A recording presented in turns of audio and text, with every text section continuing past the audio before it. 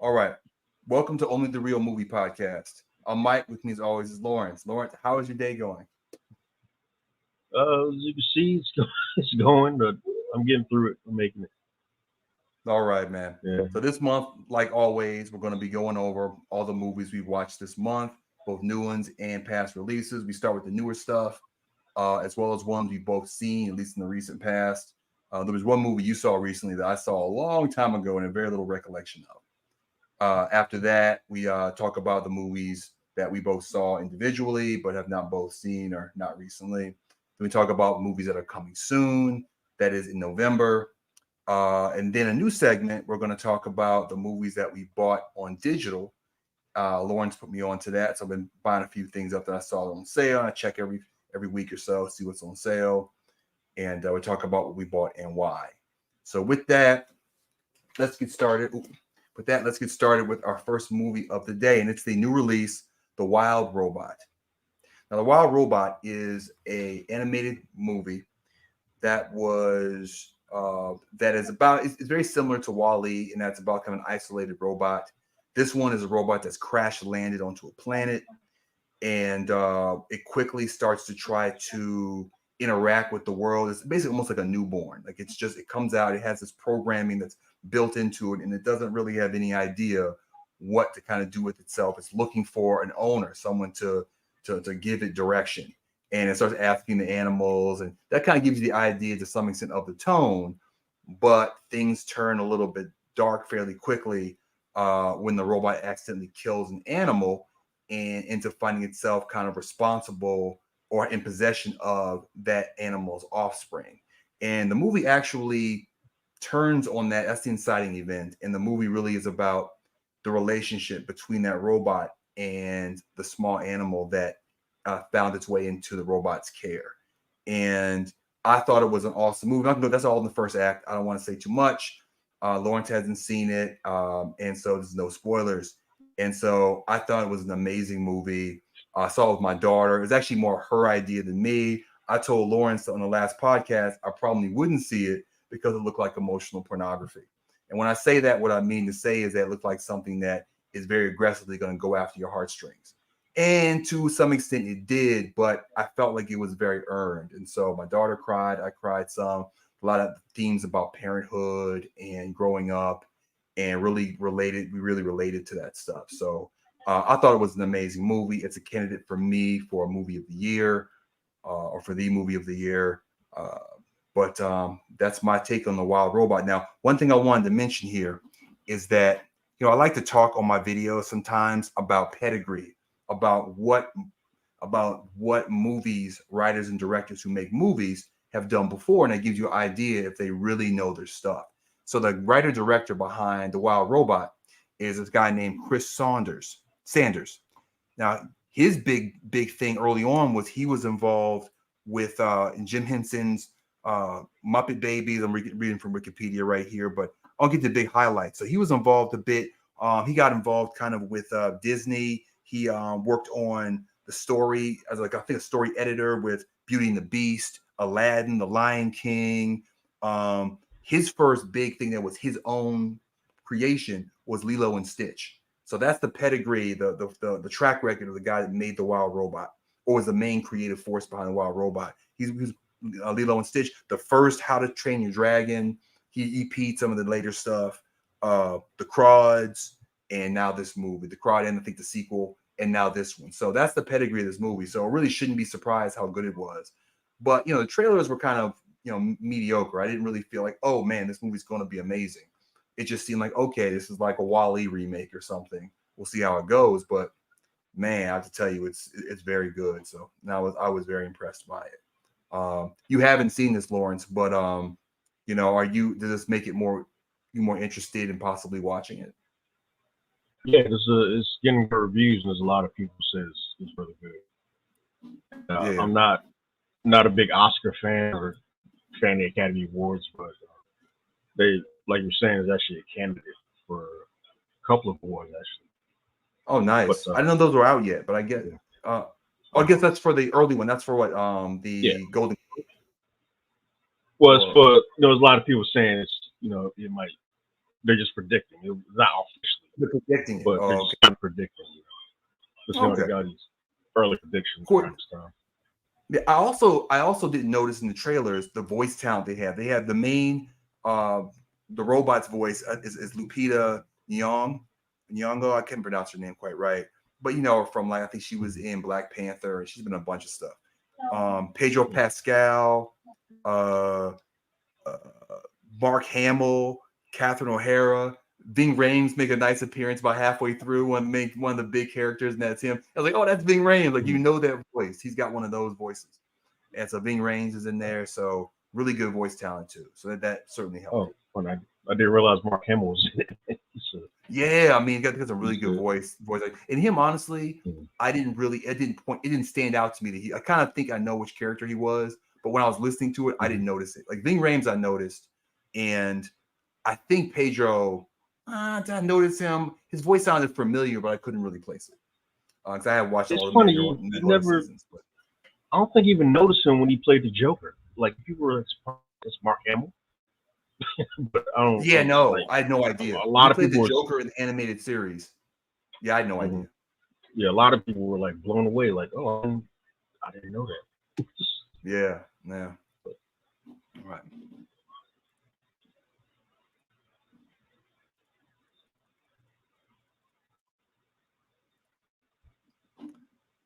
So, sorry, I'm messing my.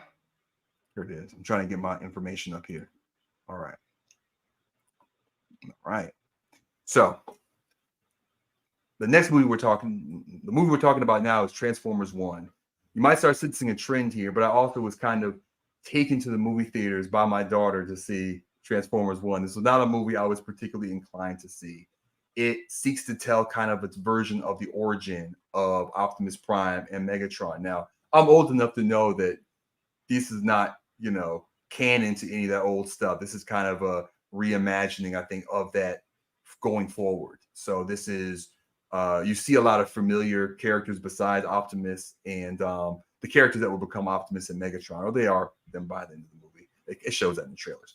You see like Soundwave and Starscream, and it kind of recast them a little bit too as different characters, so are different roles. So it plays with all their origins. But it essentially retells that story as the story of broken friendship. And the animation is really good. Like the other movie, the pedigree is really good. This director behind it is a guy named Josh Cooley. The biggest claim to fame I saw for him was he wrote the story for the first Inside Out, which I think is one of the better Pixar movies of an elite bunch. And I think he came out of the Pixar kind of studio. So that's where he was involved with some other Pixar movies like Cars 2 and some other ones. Let me see. I think there was several here. Cars 2, in minor roles. Like I think he was on the story team, like learning. Like maybe he was not an intern, but one of the junior people. So he's not the main screenwriter or story writer, but he's just learning the ropes. So he was involved in the Pixar system. And the movie is, from a storytelling standpoint, is pretty good. The biggest issue I had with it, and again, I'm trying to do this without too many spoilers, but just the arc of Megatron, the character that becomes Megatron, doesn't, for me, quite work. It's a little bit clumsy. And so that hurt it for me as a movie a little bit. I thought the Optimus arc was a little bit better. It really was very similar to kind of the Rodimus arc from the original Transformers movie. It's a little different, obviously, the context, but the same kind of thing of someone that kind of has to learn responsibility to some extent and grow into a role that he needs to grow into. And so I thought it was a good movie, but it's still, in the end, I thought it was just a kid's movie. Like, it's not something I would, because I think a lot of the dramatic stuff is done in a simple way. I wouldn't recommend an adult particularly go see it. Like, it's not bad. Like, I enjoy going to see it. I don't regret seeing it, but it's really for kids. It's not it doesn't deal with kind of complex emotional drama like of adult movies. It's broad strokes. I would say it's even less of an adult movie than the original Transformers movie from 1987. That to me is a more adult movie than this one is. This is kind of almost telling Transformers as kind of a fairy tale, almost. So that's kind of my take on that. Now, Lawrence, did you see any trailers for Transformers 1? What was your take on it from the trailers? You know, I was just like everybody else. You know, I was like, you know, okay, whatever. They're trying to catch in on the franchise, but what's telling me, I think this is probably one of those experiences where everyone thought this movie was gonna crash and burn or fail, and so they actually saw it, and then you know they actually ended up liking it. 'Cause, you know, I'm not a big fan of the live action series. Besides the first one, after that, it's kind of the stories just don't make sense. I mean, one movie contradicts the other movie and all that stuff. Yeah. But based on what everybody was telling me, I'll probably end up checking it out. I mean, I got to see everything anyway because you know I'm kind of movie critic myself, so sure. I'm watching it anyway. But yeah, it seems like one of those experiences. With my favorite experiences where you think a movie's gonna be bad and it ends up being pretty good. Yeah. So I'll probably I thought I would. I'll definitely check that out.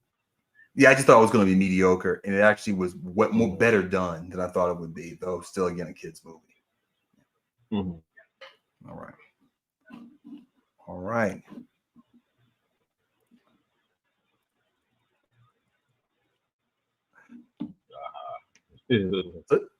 So this is kind of funny. Now you haven't seen Saturday Night, have you?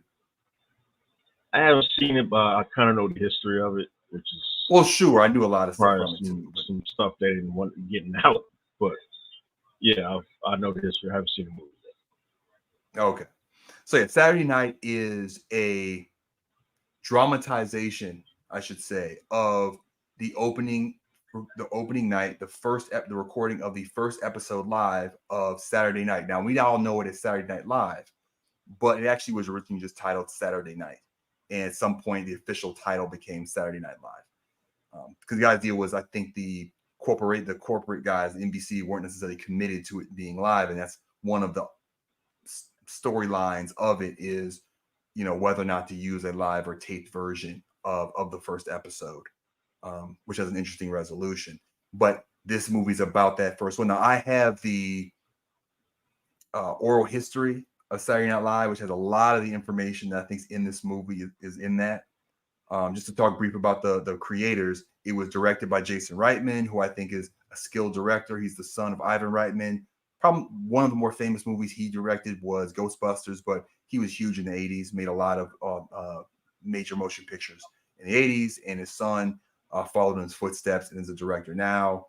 I believe his first big release that hit was Up in the Air with George Clooney. And so I see him doing this. I'm a huge Saturday Night Live fan. I'm like, I'm going to check it out. There's no question I'm going to go see it. So I went. My daughter was like, she watches SNL with me sometimes, and she was game. I was like, if you want to see this, you can, but you're not going to understand like or know a lot of the background of this stuff. She's like, sure, I'll go. And she went cold and had a good time with it. So it doesn't really require any previous knowledge of Saturday Night Live to go watch it. A lot of the stories you may already know. It's interesting when you start watching it. If you know Saturday Night Live, you're like, oh, that's, you know, Chevy Chase, or oh, that's the guy playing Lorne Michaels, Lorne Michaels is like the main character. He's the protagonist. And I even kind of knew, I don't remember his name per se until he said it in the movie, but I knew one of the other main characters is a producer, an NBC guy that's involved with that was involved with the production as well, and was kind of work with Lorne on getting it to screen. There's the guy from plays J. Jonah Jameson in the Spider-Man movies, like a bunch of them, like even the different continuities. That guy, he's in it playing Milton Berle, and as kind of an aging TV icon. And one thing I'll say about the movie in terms of the story is that they're not trying to be literally accurate. They try to take the background of how Saturday Night Live came to get made, or came to screen, and fit it into a drama that occurs in the hour and a half before it releases. So in particular, I found a story in the, what do you call it, in the oral history where Lorne remembers going to, or the guy, the actual writer, remembers Lorne finding him in a Borch Belt comedy club out in Long Island and hiring him to be on SNL as a writer. Now in the movie, they put that happens right before the first episode, but of course it didn't, because and he actually, but they took his story and they merged it into the thing, and so suddenly he's actually in a bar in downtown New York, a block away from the theater, and that's where Lauren finds him. So they fit that story in there, but they did it by playing with the reality a little bit. And that's honestly commonplace in movies. You should assume everything in a movie based on a true story is not true, unless you have proof otherwise that it's true, because it's just, I've been let down by far too many movies that were based on a true story where the truth had nothing to do with what you saw on screen. This one, at least there was a show. NBC didn't like it very much, and it had a hard time getting to the screen. It was chaotic, and it did get on the air. So that fundamental truth about the movie is true. But it's an entertaining movie. I think that if you have any interest in Saturday Night Live, it's worth checking out, even if the people on the show you don't know about, because they're all the players from the not so ready for primetime players from 1975, year before I was born. So you won't know who they are, but the movie explains kind of basically who they are. It's just kind of cool if you've already seen them on screen, you've watched them on the show, and you see the people playing them. It's kind of interesting. I remember one point Al Franken was actually a writer, even on the first episode of SNL. That's how long he was involved in SNL. And I remember telling my daughter in the theater, that guy becomes a U.S. senator. And talking about the thing he was pitching as a sketch for the first episode. It didn't make it, but it was like an idea, so he's pitching it. And I was like, yeah, that guy, got curly hair, crazy guy right there. He'll eventually be a U.S. senator. So it's cool stuff like that. But I appreciate it. It's definitely a labor of love for them, and you could see it in when them doing it, how much how important it was to them, and how much it meant to them to kind of retell the story of this, what is now kind of a establishment, in modern television. So you're a pretty big fan of SNL too, right, Lawrence? Mm-hmm. Yeah, there's certain skits, certain actors. It's kind of, I would say, it's kind of like the kind of the Beatles of TV. It's like this one awesome entity. Like, yeah, people, and it creates a lot of stars. Saying Chevy Chase, Steve Martin, Michael Myers, Eddie Murphy, and a lot of people.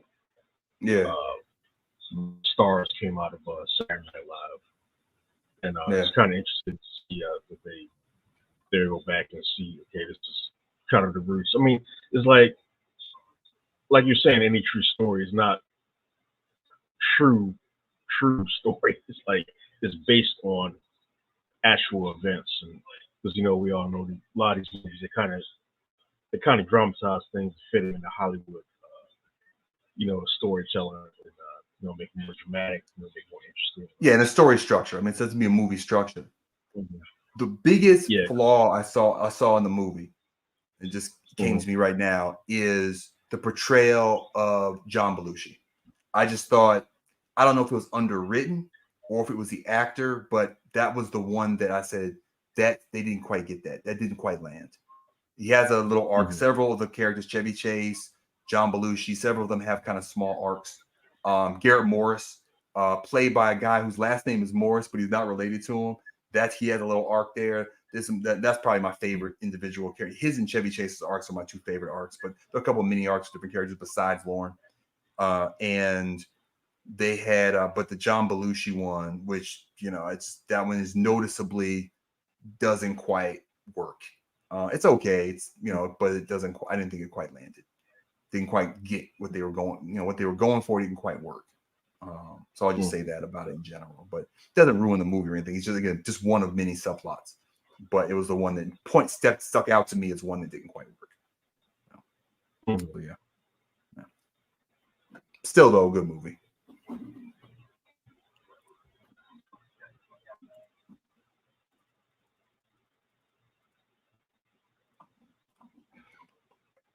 Now, Lawrence, you did see The Batman, right? Mm-hmm. Okay. So I had a chance to watch this again this past month.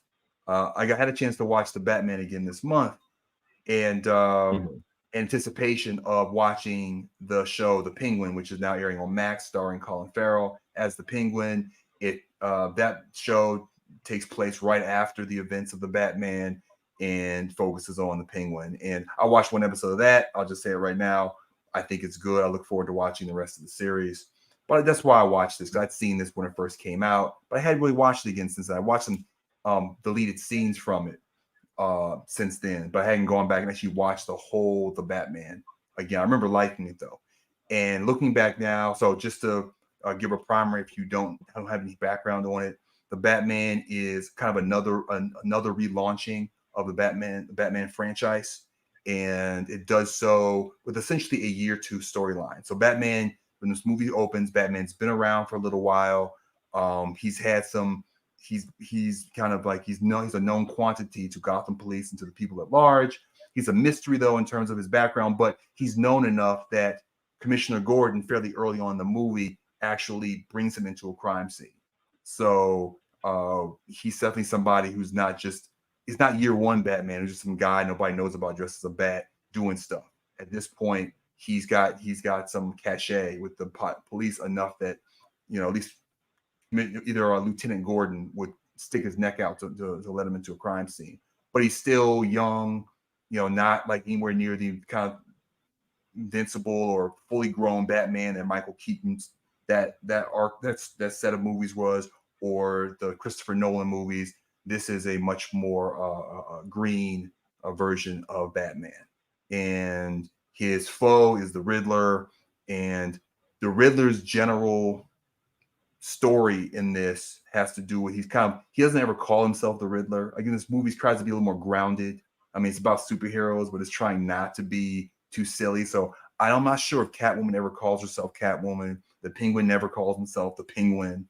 He is Oswald, I think, Cobb. I think it's Oswald Cobb instead of Cobblepot. So trying to make it a little bit more real, not as silly as even some of the more other recent ones. And same thing for the Riddler. He's much more grounded. If you look in that picture, he's the one over Batman's right shoulder or on the left side. But he has like his leather mask on, almost like he's a Gimp from Pulp Fiction, and got this kind of combat suit on. So it's not a guy who's all polished and whatever. He's just this guy who got the scheme, and Batman's trying to investigate it. And he's interacting with Batman as well as with the police, and setting up this kind of mystery. And what I remembered about the movie that remains true is that the actual story that's being told is a pretty good one. It's complicated. The movie's long. I forgot how long it was. It's nearly 3 hours long. And I didn't quite realize it does have a complicated plot, but it's still a bit long for the story. But it's got a good, complicated story. I like what they did with the Riddler, the reimagining of the Riddler and why he's the Riddler, and why he does what he does, and his relationship with Batman. I thought that stuff was cool. Robert Pattinson's Batman is good in points, but in other points he seems a bit too emo, a bit too kind of mopey and sad at times, but other times it seems to work just fine. So that's kind of a give and take there. Not a huge fan of Robert Pattinson, but I liked him in Tenet, even though the movie wasn't very good. So, I'm okay with him being Batman. I'm looking for, I think they are going to make another one. It's never clear, goes back and forth, but I'm hoping they make another one. And if they do, I'll be looking forward to watch it. Matt Reeves, I thought, did a very good job with this Batman. It ranks for me among the better Batman movies. Though probably, I'm pretty clearly not the best one, but among the better ones. But yeah, so that's good stuff. Zoe Kravitz is in as Catwoman. She's good. Colin Farrell is so good. I didn't realize it was Colin Farrell until someone told me, or I may have realized late in the movie, but for the most part, I didn't know it was Colin Farrell. So he was really good. I didn't either. Yeah. Yeah, I mean, it's funny, in the TV show, you can kind of tell it's Colin Farrell. They lighten the makeup a bit. It looks more like him, and he talks more. You can hear a little bit of Colin Farrell, not axioms, but just the tics that he has as a speaker, and the type of accent he's doing. So he's more recognizable in that for whatever reason. This one, I had no idea. The one person who's kind of out of place for me was, I cannot remember his name. Okay, I'll look here. John Turturro as the mob boss. I don't know. I've seen him in too much stuff. I kind of wish they picked like a fresher face, a new actor, and not use someone's. I don't know. John Turturro with them big glasses. It looked kind of silly to me. It took me out of the movie a little bit. Everything else seemed really grounded and stuff, and he took me out of it a little bit. And then sometimes, Robert Pattinson, they had it so that when he wears the mask, he wears stuff around his eyes, and so he's wearing the mask, and he takes it off, and he's there, and it's his face, and it's the stuff, and then it runs because it's makeup. but it looks like he's crying like black tears. And I think that was on purpose, but it looks kind of silly.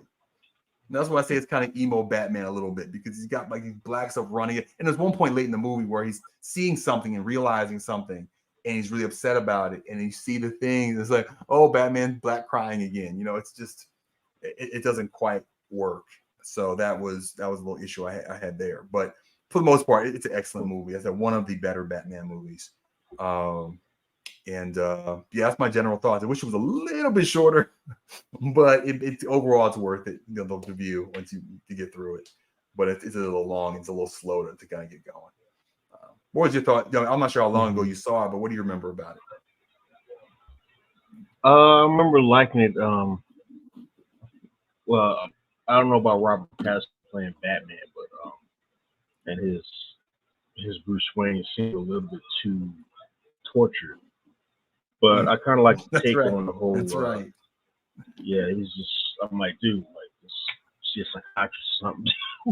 Like, but yeah, because I mean, everybody who played Batman, Michael Keaton, what's his name, Christian Bale, I always kind of base him on not only Batman but also Bruce Wayne, and I think that's where George Clooney is about.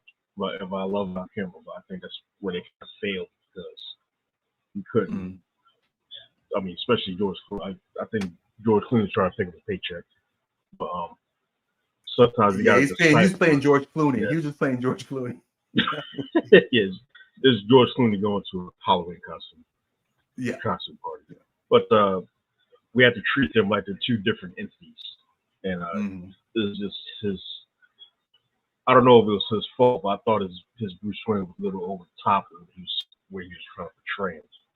But yeah, it's an interesting take on the whole Batman universe and all the characters, and it's how, like you're saying, how grounded everything was in reality. For example, like Batmobile was just I forgot what kind of car it was, but it looked like a souped up regular car. They just asked from just it wasn't as gothic as Tim Burton's or that kind of that military machine that Christian Bale was driving. Yeah, exactly. The Tumbler. Yeah, just a regular car that he just added some power to it.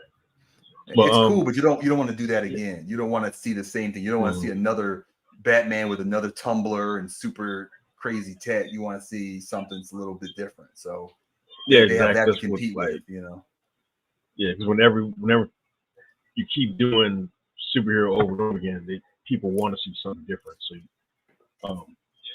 they got to make it different. And I think everything they were doing worked, even though his parents were the corrupt parents and the jilted ladies jilted in the past, and making Penguin kind of like a mafia boss. And it was kind of interesting way that's not that uncommon. The whole universe. The Penguin's usually been involved with the mob. It's just whether or not he's only an outsider or if he starts on the inside and kind of becomes an outsider. But he's generally to me, it was more weird when they had the Joker kind of messing with all the gangsters and stuff in Dark Knight.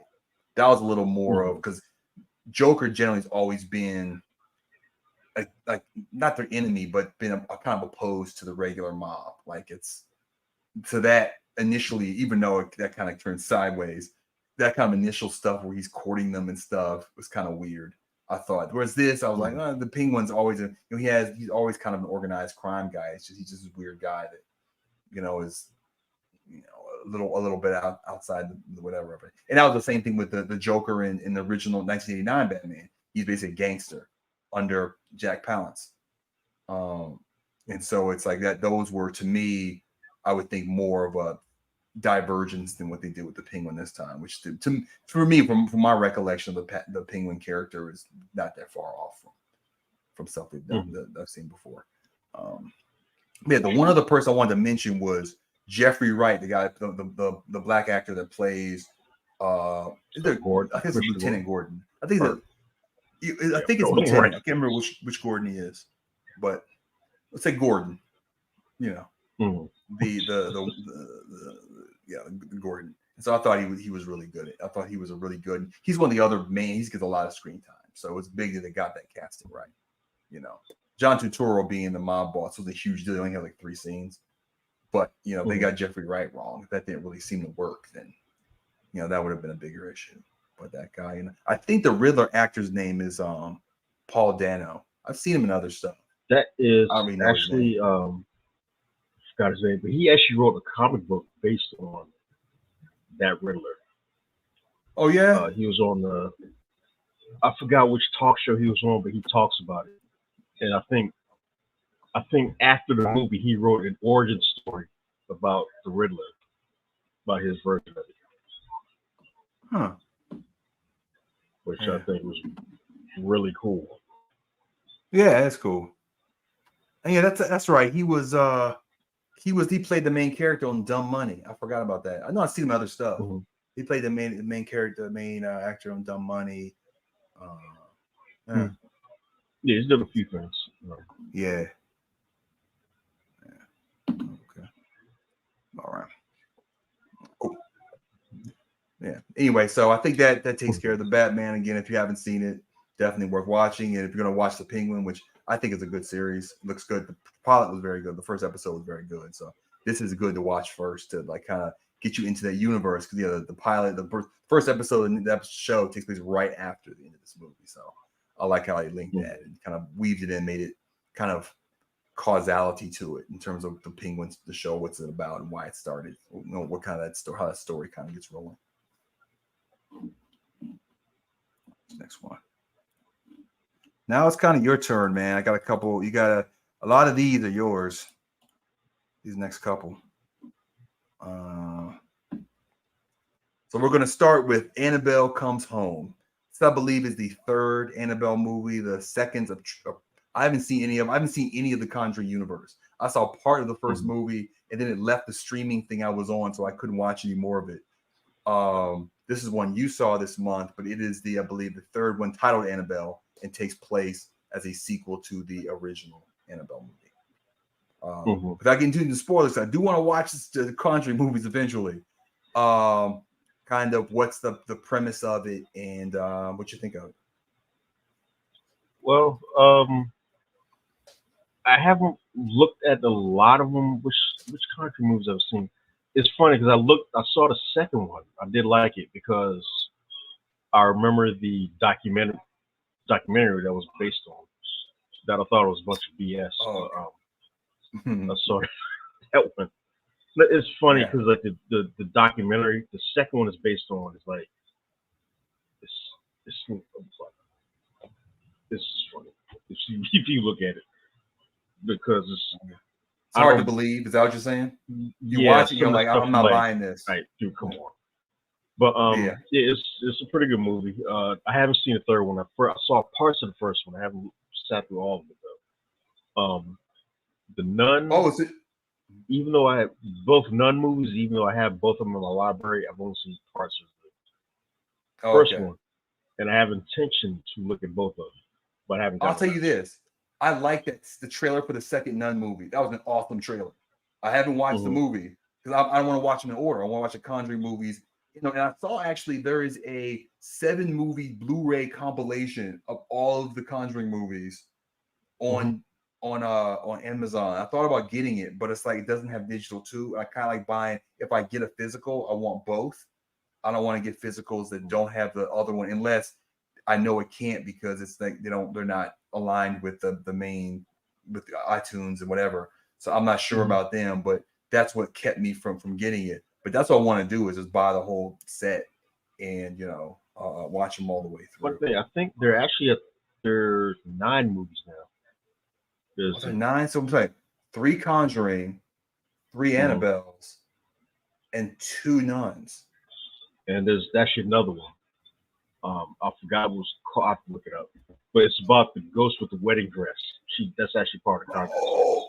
Oh, that I forgot the name of it though. Yeah. Is that on the Curse of Lalandra or something? Is that? Yeah. Or, no, different. I think that's it. That's part of. I didn't know that was part of Conjuring. I saw the trailer for a long time ago. Okay. Okay. Because she's actually Laura. It's Laura. That's what it is. Yeah.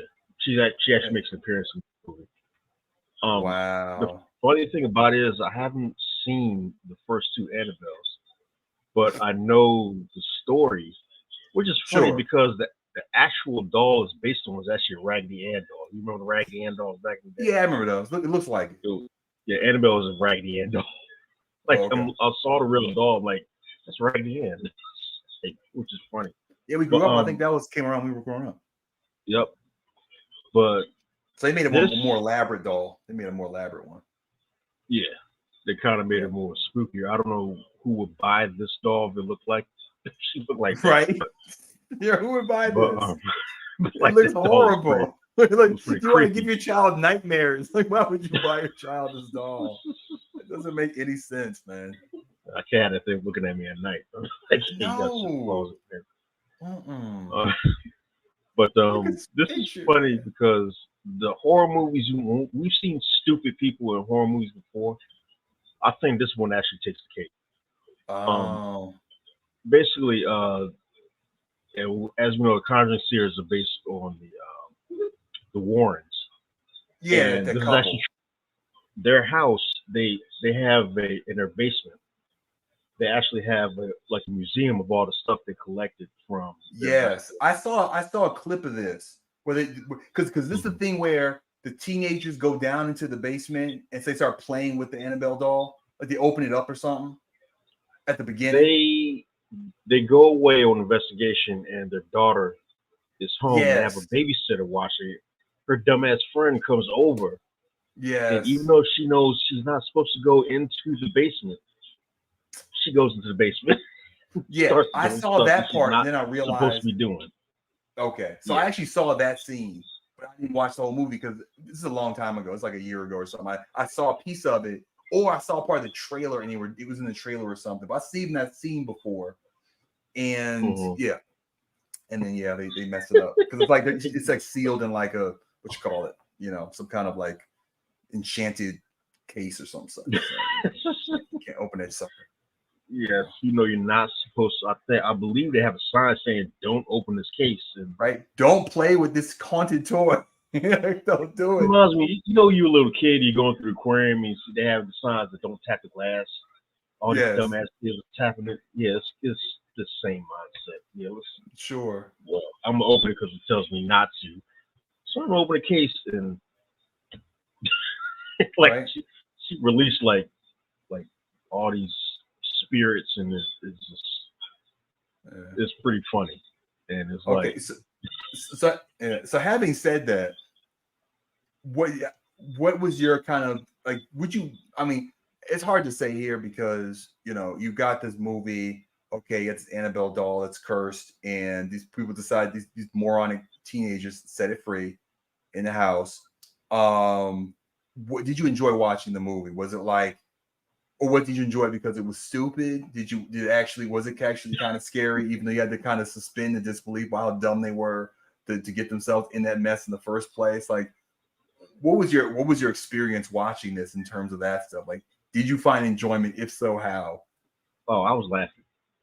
Oh, okay. I mean, so it's one of those. I know it's a horror movie, but it's like that's why horror movies make you feel smart. It's just like people have to be stupid in horror movies. Smart people would not be in the situations that dumb people are in. It's kind of like Nightmare on Elm Street. I didn't find Nightmare on Elm Street scary because Freddy Krueger made me laugh. Well, yeah, that was kind of like that, dude. You funny. I have a beer with Freddy Krueger, but it's like this. I mean, I'm laughing how dumb these girls are. It was kind of ludicrous in terms of what it was trying to sell you as far as story. It was just like, this is silly. This is silly. Okay. Yeah, but the silliness works. I mean, I'm like, they need some idiots here to kind of when you put a sign that says "Don't open the door" and like somebody opens the door like hi, and then. I mean, they are teenagers. To be fair, they're not. Their prefrontal cortex isn't fully formed. In their defense. Also, I'll say some horror movies, the characters aren't dumb. There's some they are, but there are some where the premise is strong enough that they don't have to do stupid things to put themselves in danger. Oftentimes, writers do that because they fall back on it because they're having a problem. They get stuck in building the story. Then people have to do something they shouldn't do to get the story from A to B. So they have them do it rather than figure out a smart reason for them to go from A to B. They just use the stupid reason. I want to say there's some stuff in X like that. You know, that movie X that came out a few years ago. They had like the prequel Pearl and the sequel Maxine. X was people were make some weird decisions in that. I would say there's one thing towards the end of it. I remember talking about this before, where somebody has a reaction doesn't make any sense, and it has a huge consequence. And you're like, why are they doing this? Like as it's happening, I'm watching the movie, like, why is she acting this way? And you know what happens. But it takes you out of the movie when that happens. But that movie otherwise was trying to kind of be serious and kind of very moody and whatever. And so something like that. If a movie, this seems like the Conjuring movies almost have become kind of their own kind of subgenre of silliness. Like it's just these are now become silly horror movies. They're not really trying to take themselves seriously anymore. You know, that's kind of what the sequels of Halloween felt like. The first one felt like it took it seriously. It took Michael Myers seriously. But then the two sequels get silly. They're just like, okay, we're not being serious anymore. We're just doing some weird stuff. And that can be unintentional sometimes too, but you know, I think that's because horror movies, it's easy to make bad ones, and it can sometimes actually be hard to make good ones. There are a lot of mediocre horror movies. There are very few that really stand out, and there are a lot that are okay, that are entertaining, but you know, have plot failures and thin characters and stuff that keep them from really being any good.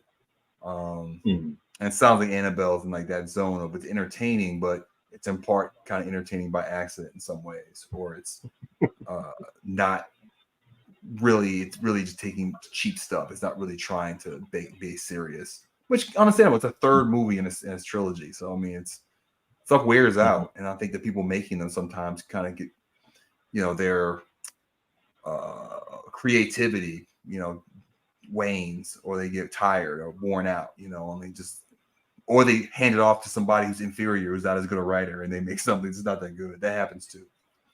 But yeah, it sounds like that was the case. Yeah, that's the Scream 3 effect. But Aaron Kruger. I mean, even you know what was fault in Scream 3 wasn't because the studios were like they put a lot of pressure on them, and you just had a bad script. Bad script. Yeah. All right. So, I'm trying to find the thingamajig. There we go.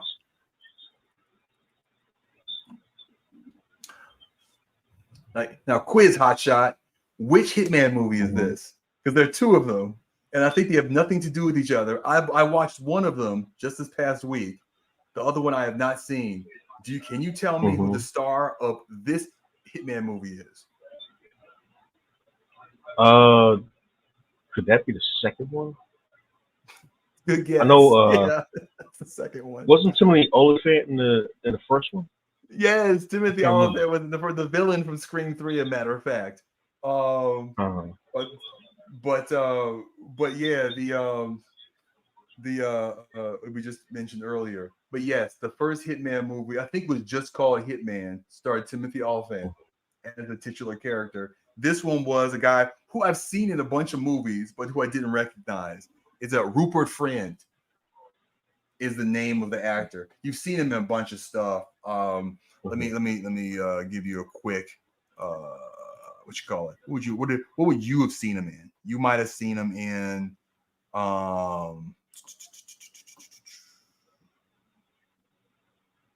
stuff since then. Dang, where is his? He was in The Last Legion. Oh, he dated Keira Knightley because he was in Pride and Prejudice. I think she was in that too. He dated her I think he met her in Pride and Prejudice. But yeah, actually, I'm trying to think. I think I saw him on TV shows. I haven't seen him at these movies. I don't recognize these movies. I've seen him in stuff though, but I don't recognize these movies. They're like foreign films or something. Yeah, some are foreign films. Oh, he's in that movie. Did you ever see that movie Infinite with Mark Wahlberg and Chiwetel Ejiofor? I haven't seen that. I remember the trailer though. Yeah, I remember they came out like during the pandemic or something. It was like one of the first movies on Paramount Plus or something. He was in that apparently. Oh, okay. He was the Sometimes they like American Society of Magical Negroes.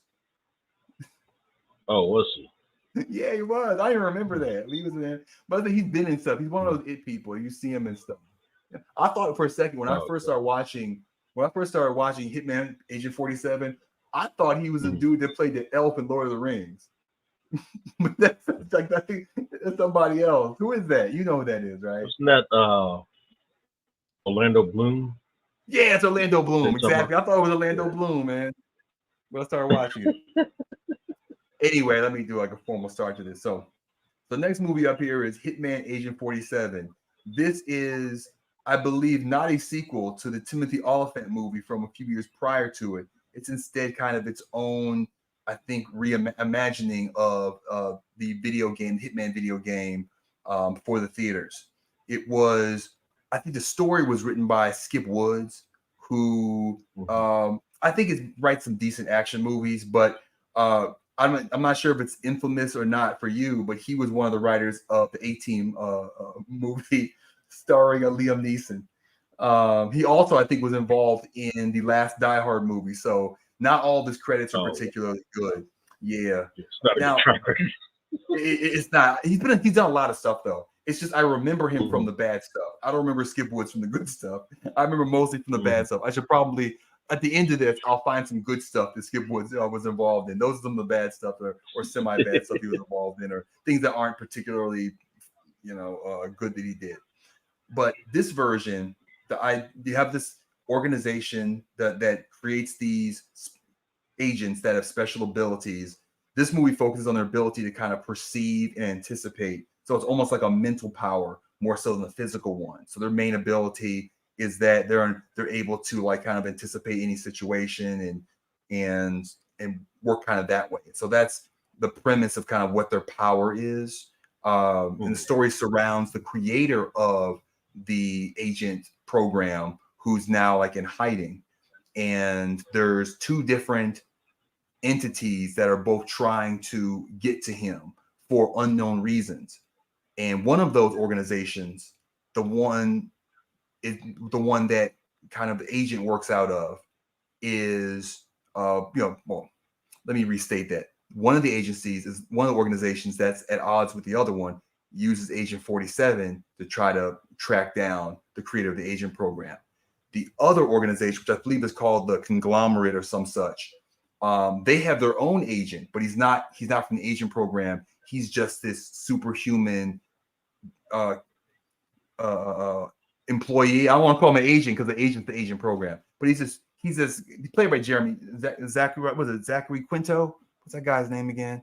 Zachary Quinto. Guy who played Spock plays the opposite of Rupert Friend's Agent 47, like his not his doppelganger, but the guy he's going to be fighting against. And I don't want to go into too much because there's some plot turns and such in it. It's a decent movie. It was made in 2015, and for 2015, the special effects are fairly decent, but they do stand out. They don't quite work. The CGI isn't quite there yet. So you'll see every time they do it, you'll notice the CGI isn't quite right, but it still looks pretty good.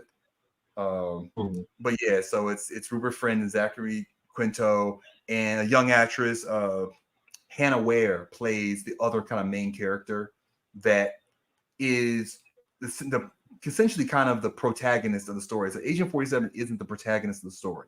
This woman who is somehow involved in all this and has a link to the creator of the agent program is the main character behind it. And she's sitting here being pursued by both Agent 47 and Zachary Quinto. And they're kind of facing off, and she's kind of doesn't know who to trust and all that kind of stuff. That's the basic gist of the story. And they got some decent action sequences. Dialogue isn't that great. Rupert Friend is solid, though he's not particularly good. Zachary Quinto, I think, actually is fairly good. That woman Hannah Ware, she's solid. It's a solid movie, and it's funny because I watched the beginning of it not knowing if I'd actually finish it. I was like, I'll start this. I'll see if it grabs me. And it did the first act is decent enough, and it got me to watch the rest of the movie. It's not that long. It's like an hour and a half. It's not a long movie. Mm-hmm. It's but it's they. And I think that you can see the involvement of Skip Woods and I can't remember the name of the director is some director I've never heard of. It was not a super huge scale production. They really tried to leverage CGI to make bigger moments than they could actually film. And you kind of see that in it. So it's not a full AAA movie. It's just a kind of double A, I guess. But I enjoyed it. It was solid. I imagine it's probably better than the Timothy Olyphant one, which didn't look very good from my recollection, but I never saw that one. And it was so good they made a sequel that's not a sequel, so it probably was worse. But I'm curious now. I may check out the other one, the Timothy Olyphant one, eventually, just out of morbid curiosity. I like him as an actor. Timothy Olyphant's a good actor. I think I would rather watch him in a movie than starring in a movie than Rupert Friend, to be honest.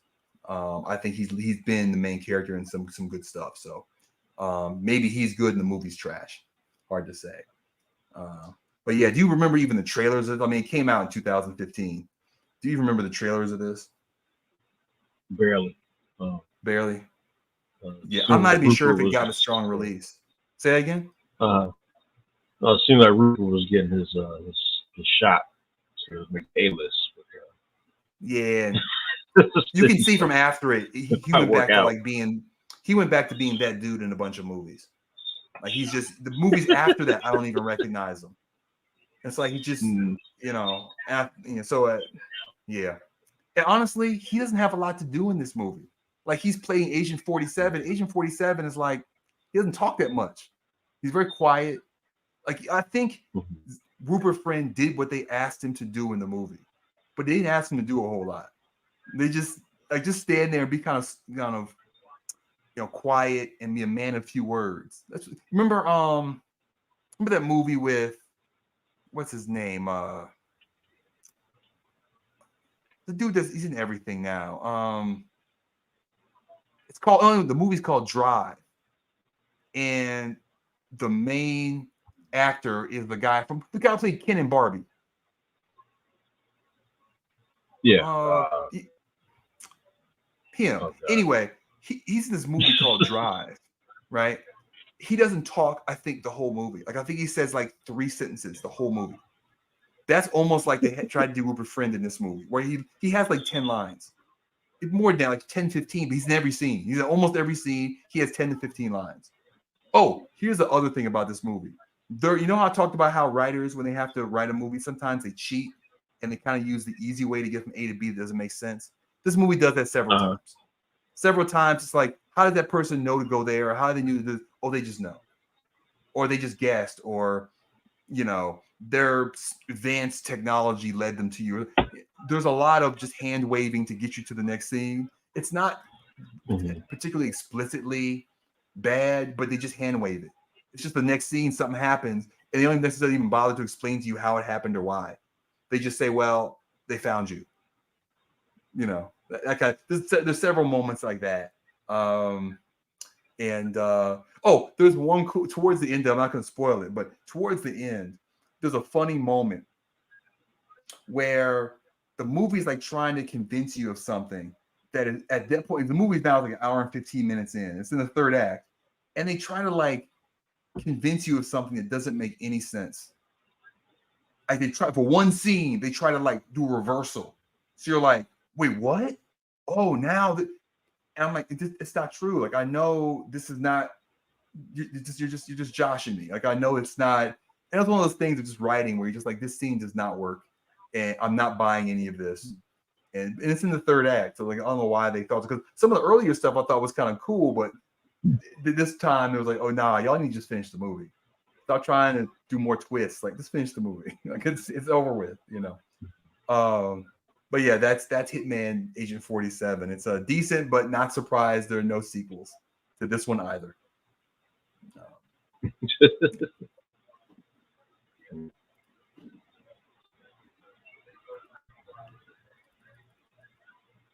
Now you made a point of watching 3 football movies spanning about 20 years, 18 years. Now we've come to the segment of the program here, the podcast, where you're going to get to talk about all three of those. I've chimed them. I put them in chronological order. This is the program from 1999. Then I have, 1993. Then it's Varsity Blues from 1999. And then Friday Night Lights from 2004. And so it's actually spanning only 12 years, but the first one was 21 years ago, or I'm sorry, 31 years ago. This one was 31 years ago. It stars, yes, 1993, dude. We were in high school when this came out. I remember seeing it in theaters. Yeah. I never saw it. I think it just came out. I remember the trailers though, with the guys laying down in the street and all that stuff. I remember that stuff and the controversy about that, but I never actually saw it because I wasn't big into sports movies at the time. Like I saw Friday Night Lights, but I did not see the program and I did not see Varsity Blues. I just wasn't into Varsity Blues. Came out when I was in college too, so I didn't watch that many movies in the late 90s. There's a ton of the huge gaps in movies for me in that time, but I did see Friday Night Lights, which I thought was good. But anyway, so tell me about the program, the 1993 movie. Give me your thoughts on this one, man. Like how does it approach this whole idea? You know, it's saying like James Caan was the main character, but yeah, what's the deal with this movie? Yeah, it's about a college football program. Based on the uniforms, look like based on Florida State, but they never say the college, but it's college. But there's the stuff that goes on. The recruiting is steroid use. There's a scene where a girl almost gets raped because of the result of the guy used steroids. There's the Omar Epps is the hot-headed freshman recruit coming out of high school, taking the guy's spot and taking the guy's girl and all that. There's a quarterback I forgot the guy's name. He's a Heisman candidate, and he has a problem with alcohol. And it's a lot of stuff that I guess you could say James Caan is the main character because he's kind of the eye storm. He's the guy who has to streamline everything to kind of make the program work and keep the team going forward and keep winning and all that stuff. But of course, I've never played on a college football team, so I can't really say as an insider. But it seems like it has kind of caught the whole college atmosphere, at least in the Hollywood way. So what really kind of goes on behind the scenes? It's a little bit out there. I'm not sure how grounded in reality it is, but it gives a good insight into college football program.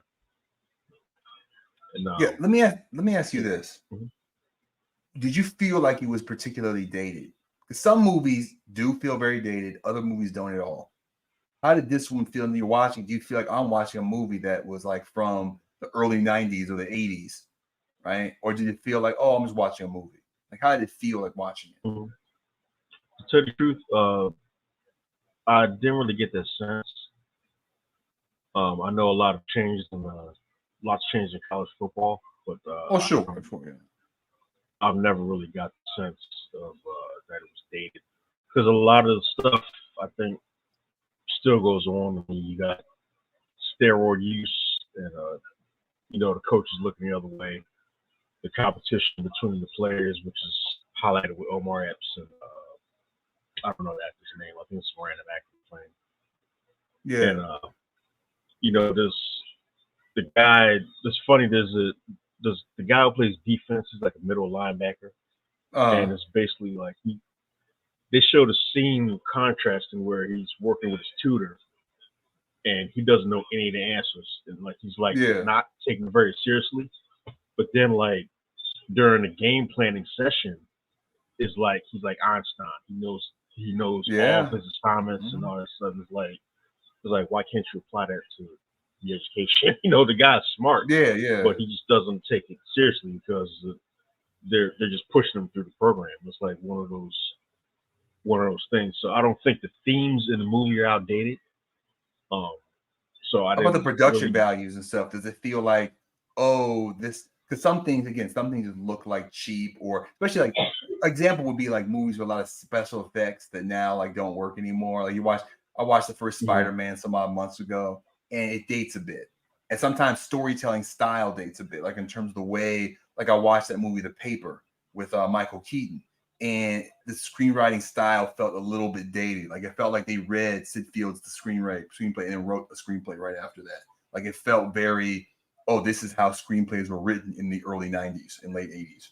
You know, like with some other movies feel more ahead of their time in terms of, oh, you could release this today, right? And it could just be in theaters. Like you could release Terminator 2 today. It could just be in theaters, right? That came out that came out, 30, 40 years ago. You could release it tomorrow. So that's what I mean by like, some of it has to, because it's, everything looks like 1990s. But I mean, in terms of like the football scenes look good. They look like an actual college game, or they look like they faked them, stuff like that. You know what I mean? I didn't get that sense. Because honestly, if they use CGI, I can't tell. I don't know, because the stadiums that they played in, I don't know if it was CGI, but it looked real. Because usually it's kind of like the Rocky thing. They wait for a big fight, then they film some scenes where the stadium is full, and then they go to the actual game. So it looked real to me. I don't know if it's on his little CGI, I couldn't tell. But I'm guessing like maybe some spots maybe might have been CGI. But yeah, I couldn't tell. But as far as writing, as far as production, I didn't get that sense. Omar Epps still looks the same way he did 30 years ago. It's like, right? That could be Omar Epps right now. It's the same, man.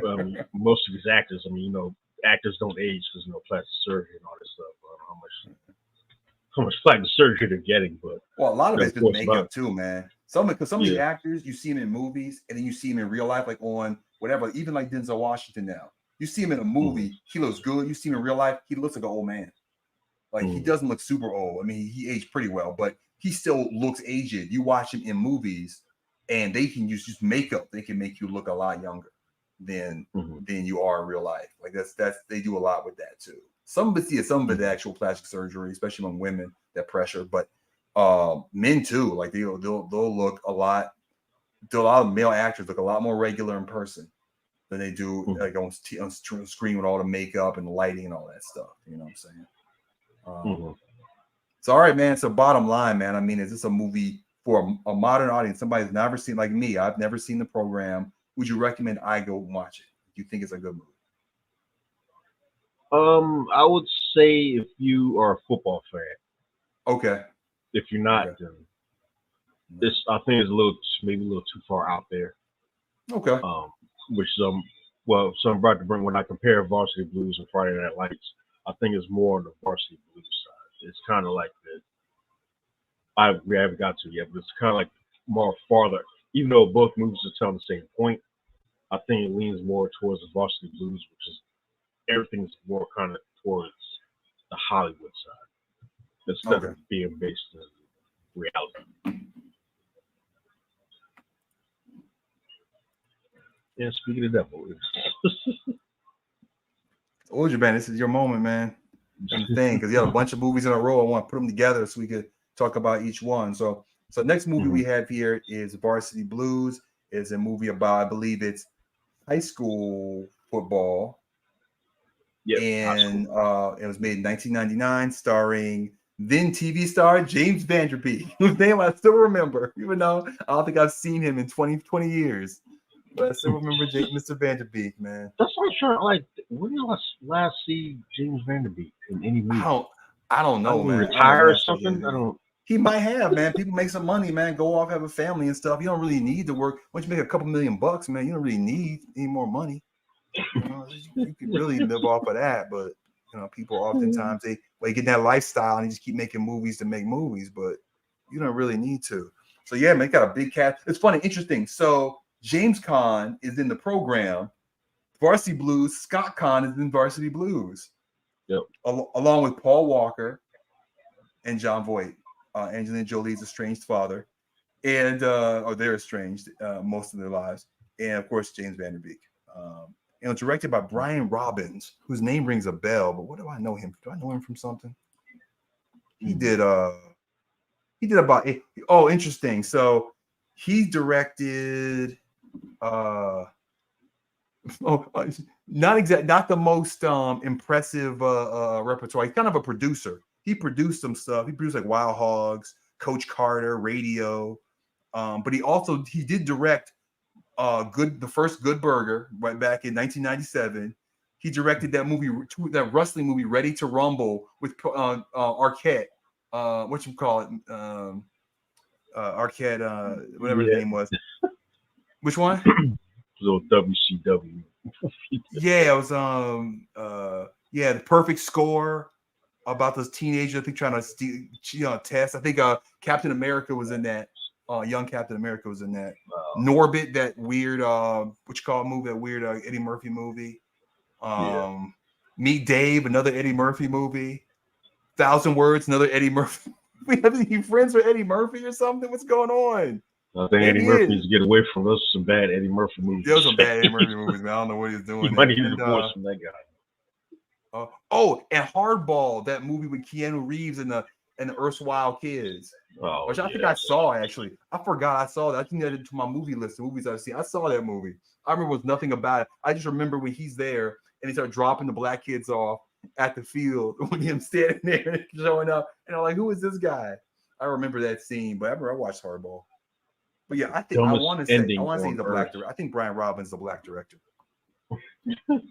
Actually, no, he's not. He's just I don't think he is. He could be light skinned like me. I don't know, but he involved with a lot of black folks. So let's say that Eddie and Hardball, and black kids in it and all that stuff. Yeah, I mean it's but anyway, he seemed like he's as much a producer as a director, which is true sometimes. Where it's like they know the money people and they can sell stories, and then the movies, he's not an auteur, certainly. But so yeah, man. So Varsity Blues. High school football, the drama. I remember James Vanderbeek I think John Voight plays the coach. Or he plays his dad. He's a coach, right? He plays a crazy ass coach who's there. He plays the crazy coach, yeah. And I remember it has a bunch of like zany stuff happens in it. Like it seemed like this one was the most Hollywood of the three football movies you watched, right? Yeah. So which kind of rings true with the Brian Robbins guy too, being very much in Hollywood guy. But yeah, so like tell me like what are your thoughts on it? Like what was it? What were kind of like the themes about it, and what kind of movie going experience is it? Yo, it's funny about it. This is about Texas high school football. Texas high school, yes. Which I understand a lot of people. If you haven't been around Texas during high school football, they're very serious about it. Insane. So far out that my friends saw this movie, they didn't believe that people could be that into high school football. I'm like, no, dude, in Texas, they're very serious about that on the high school level. Yeah. Very serious about this football. But this movie was so far out that a lot of people didn't believe nobody could be that crazy about football until Friday Night Lights came out, which was based on the true story, and people did not believe that was based on the true story. But I actually read the book. The book is actually better than that, but there's a funny story behind that. But Varsity Blues, this basically, like I said, John Voight's the antagonist. Okay. And the reason is because he's insane. He cares about this his division titles that he is winning to the point that he severely hurts Paul Walker. Okay. I'm not really giving away the story, but it's a theme of the story because Paul Walker, his character, is actually playing hurt, and he takes so much painkillers that when he actually does get jacked up, it's worse than what he thought. That rings a bell. Like maybe I did see this movie. That kind of rings a bell. Okay. And he was a starting quarterback got a scholarship to Florida State and all that. Yeah. James Vanderbeek is the backup quarterback. and the coaches pushed him so hard, and he takes drugs to stay in the game, and then gets really hurt. Yeah, okay. Mm-hmm. And of course, the coach he can't stand Vanderbeek because he always stands up to him, which in probably real life he probably bench him. Yes, I'll just play the punter. He can throw the ball. He can hand the ball off. But the thing is about through I'll just say through the 80s and maybe in the early 90s, there were, believe it or not, there were a lot of high school coaches who did this. They would make their players hurt, make them play hurt. Oh yeah. And there was I remember there was a if you remember 21 Jump Street back in the day, they actually did have an episode of that. Where I remember that episode. Yeah, to investigate this high school coach making his players play hurt and all that. But it is based on something that is very real, even though the story itself is kind of outlandish. Mm-hmm. And that's why a lot of people have a hard time taking this movie seriously. And even though it wasn't not known as a very good movie, some of the lines are still with us. Like, I don't want your life. I don't want your life. That's right. Now, did James Vanderbeek's accent make it hard to take the movie seriously? How was that? How was his Texas accent? Does he talk the whole movie like this? Does he talk that way the whole movie? I'm like, dude, just talk normal. You can't do accent. Just no. I don't think it's a big deal. It's kind of like Kevin Costner in Robin Hood. It's like, dude, just talk normal, man. Well, that's what he didn't. Isn't that what he did in Robin Hood? He just talked like he was from Mississippi, even though he's in Sherwood Forest. They told him, I'm Robin Williams. Welcome to Sherwood Forest. Like, did he just talk like that? Well, his English accent was so terrible that they just said, dude, just drop it. I thought the whole thing was he didn't talk with the English, or maybe he tried, but it was so bad. But I think that the joke was like he didn't sound like he was from England at all. Like, dude, just talk. You're just messing it up. Mm. But I wouldn't recommend it. But the themes are, believe it or not, there are some themes. I understand what they're saying, but they just kind of went a little too far out trying to say it. And there's even there's one little scene I kind of have a problem with where Scott Conn was suggesting to put a drug in girls' drinks. And James Vanderbeek was like, yeah, okay, enjoy your time in prison. But I was like, okay, it's one of the, I don't know why they kind of let that go. I think that's worse than lying down in the street in the program with the scene which they took out. But all right. Yeah, the version of the program you watched, did it have the scene with them lying down in the street? Well, I saw it when it came out, and I actually did see that scene when it was still in there. Yeah, I'm saying, like the one you watched this time, is it still there or is it gone? No, that scene's gone. Oh wow! I actually saw it on YouTube though. It's somewhere on YouTube, the actual clip. But that whole scene was taken out. Oh, okay. I guess it wasn't. I remember. I guess it wasn't key to the plot. Because they do other stuff. It wasn't really. Right? It's like they were just being silly. He was like reading a magazine in the middle of the street, and I don't want to call him a dumbass, but a dumbass 18-year-old. I could see a little. If it was a little kid, but dude was 18. He actually tried it and got ran over by a truck. And I'm like, what? I don't want to call him dumb. I mean, God rest his soul. His family's not going to see this, but I mean, well, this is the kids. Kids have different development stages, man. Who knows, like, what his mind really was? You know what I mean? Yes. That's the thing. People, people see stuff and they try them out. Like the whole Tide thing. Remember people eating Tide Pods and stuff, man? You can, if you expose enough people to any kind of nonsense, a few people it'll mesh it'll go into their head. It's just a numbers game. It's not even like, oh, what's wrong with that person? It's like, if you show enough people anything, somebody will be influenced by it. That's kind of my feeling about that. I mean, I think that there's certain things that we don't show people because they're dangerous to know, like how to build a nuclear weapon. We don't set that to sit on like, Craigslist or on, we don't let somebody keep a YouTube site up that's telling people that, because that's dangerous to everybody. But if somebody wants to eat Tide Pods, like, we can't stop selling Tide Pods. It's just it's funny because I actually saw somebody who, with a YouTube video, I don't know if it's still up, but he was teaching people how to make bump keys. It was what? Like a bump key, which is like the bump key. Man, they have it. That's how much that's in that movie. The next 3 days. Basically, open up any door. I'm like, why? Even if you could do that, why are you teaching people to break into people's houses? Yeah, yeah. Like, oh, well, if they don't have a spare key, yeah, but you can use that to break into someone's house. Yeah, that's terrible. That is irresponsible. I agree. That is irresponsible. It's like somebody actually wrote a book, The Guide to Being a Hitman or something. Like, someone actually. Yeah, I heard about that. That was like a while back, 10 years ago or something. I remember hearing about that. I was like, why would you? What?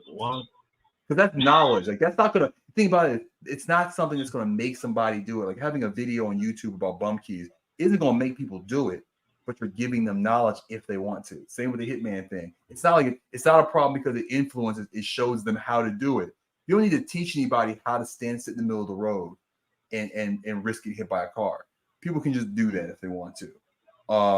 Unfortunately, somebody saw the movie and it influenced them. But I don't know. My feeling has always been like that. There's something else going on that we don't know about. I don't feel like that's the whole story. Oh, they're just a regular person every day. Then they saw the program and they're walking around the street. Like, no, there's something else going on. I don't exactly buy that. But interesting. So it's gone. I was wondering about that though, because I remember that controversy and I didn't remember what happened with it. So that's news to me that it's gone from there. Okay. So no recommendation. Going back to Varsity Blues, that's a you can pass on this one for Varsity Blues. So definitely ranks lower than the program for doing. Well, if you want a good laugh, that's true of bad movies. But I try not to use the same scale. If a movie is funny because it's bad, that to me is a different dimension of whatever. That's not the same as it's funny because it's good. Because it's actually written jokes. It's just a disaster, But yeah, I mean, it does sound like, based on whatever, that it's kind of a funny, bad Hollywood movie. I mean, yeah, it's kind of like Annabelle Come Home. I mean, if you want to feel smart, I mean, you fail that test, you just want to see a bunch of dumb people. Yeah. Still a good movie, but it's still some idiots, still a little silliness, I see that. Yeah, that probably like the same kind of zone there. Okay, let's go on to the next one.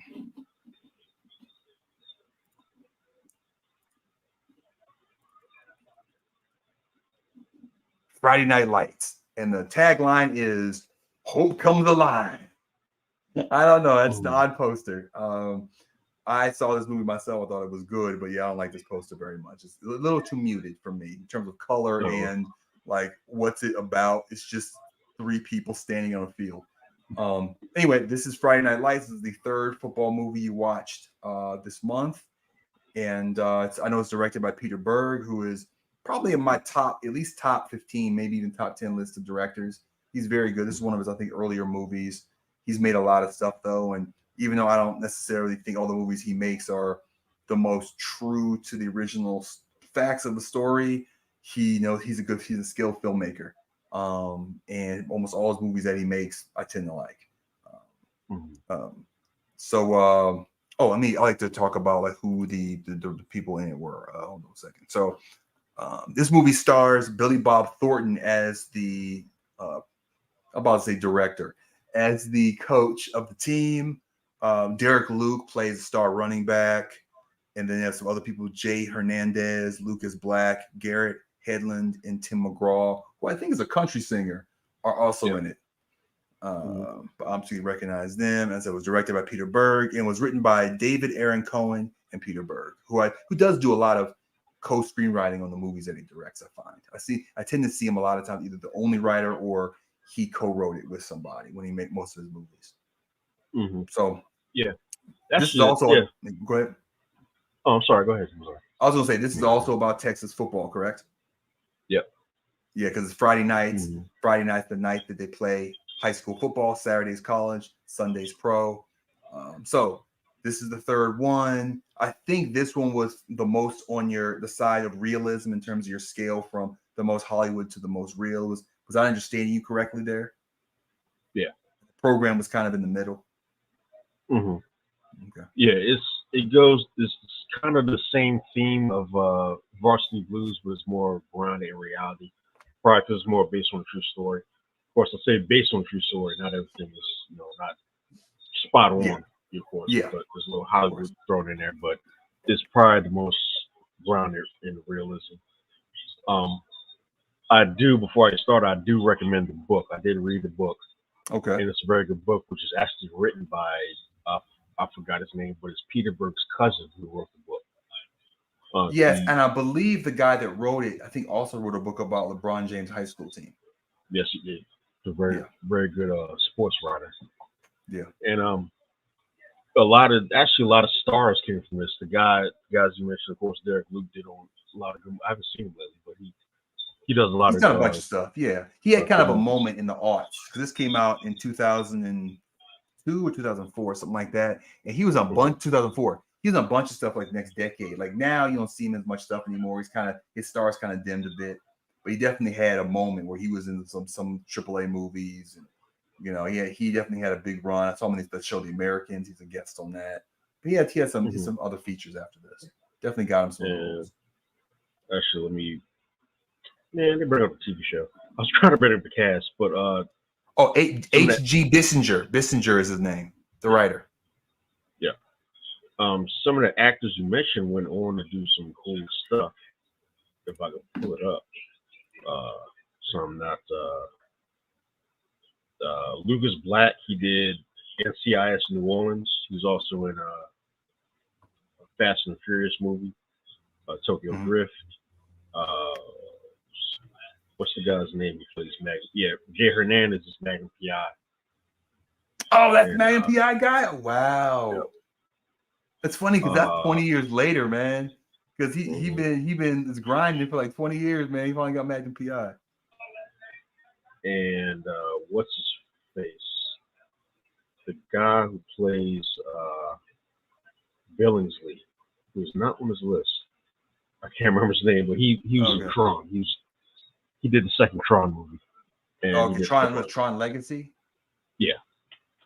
Why do I remember that they said they were going to make another Tron movie and it's never. They did.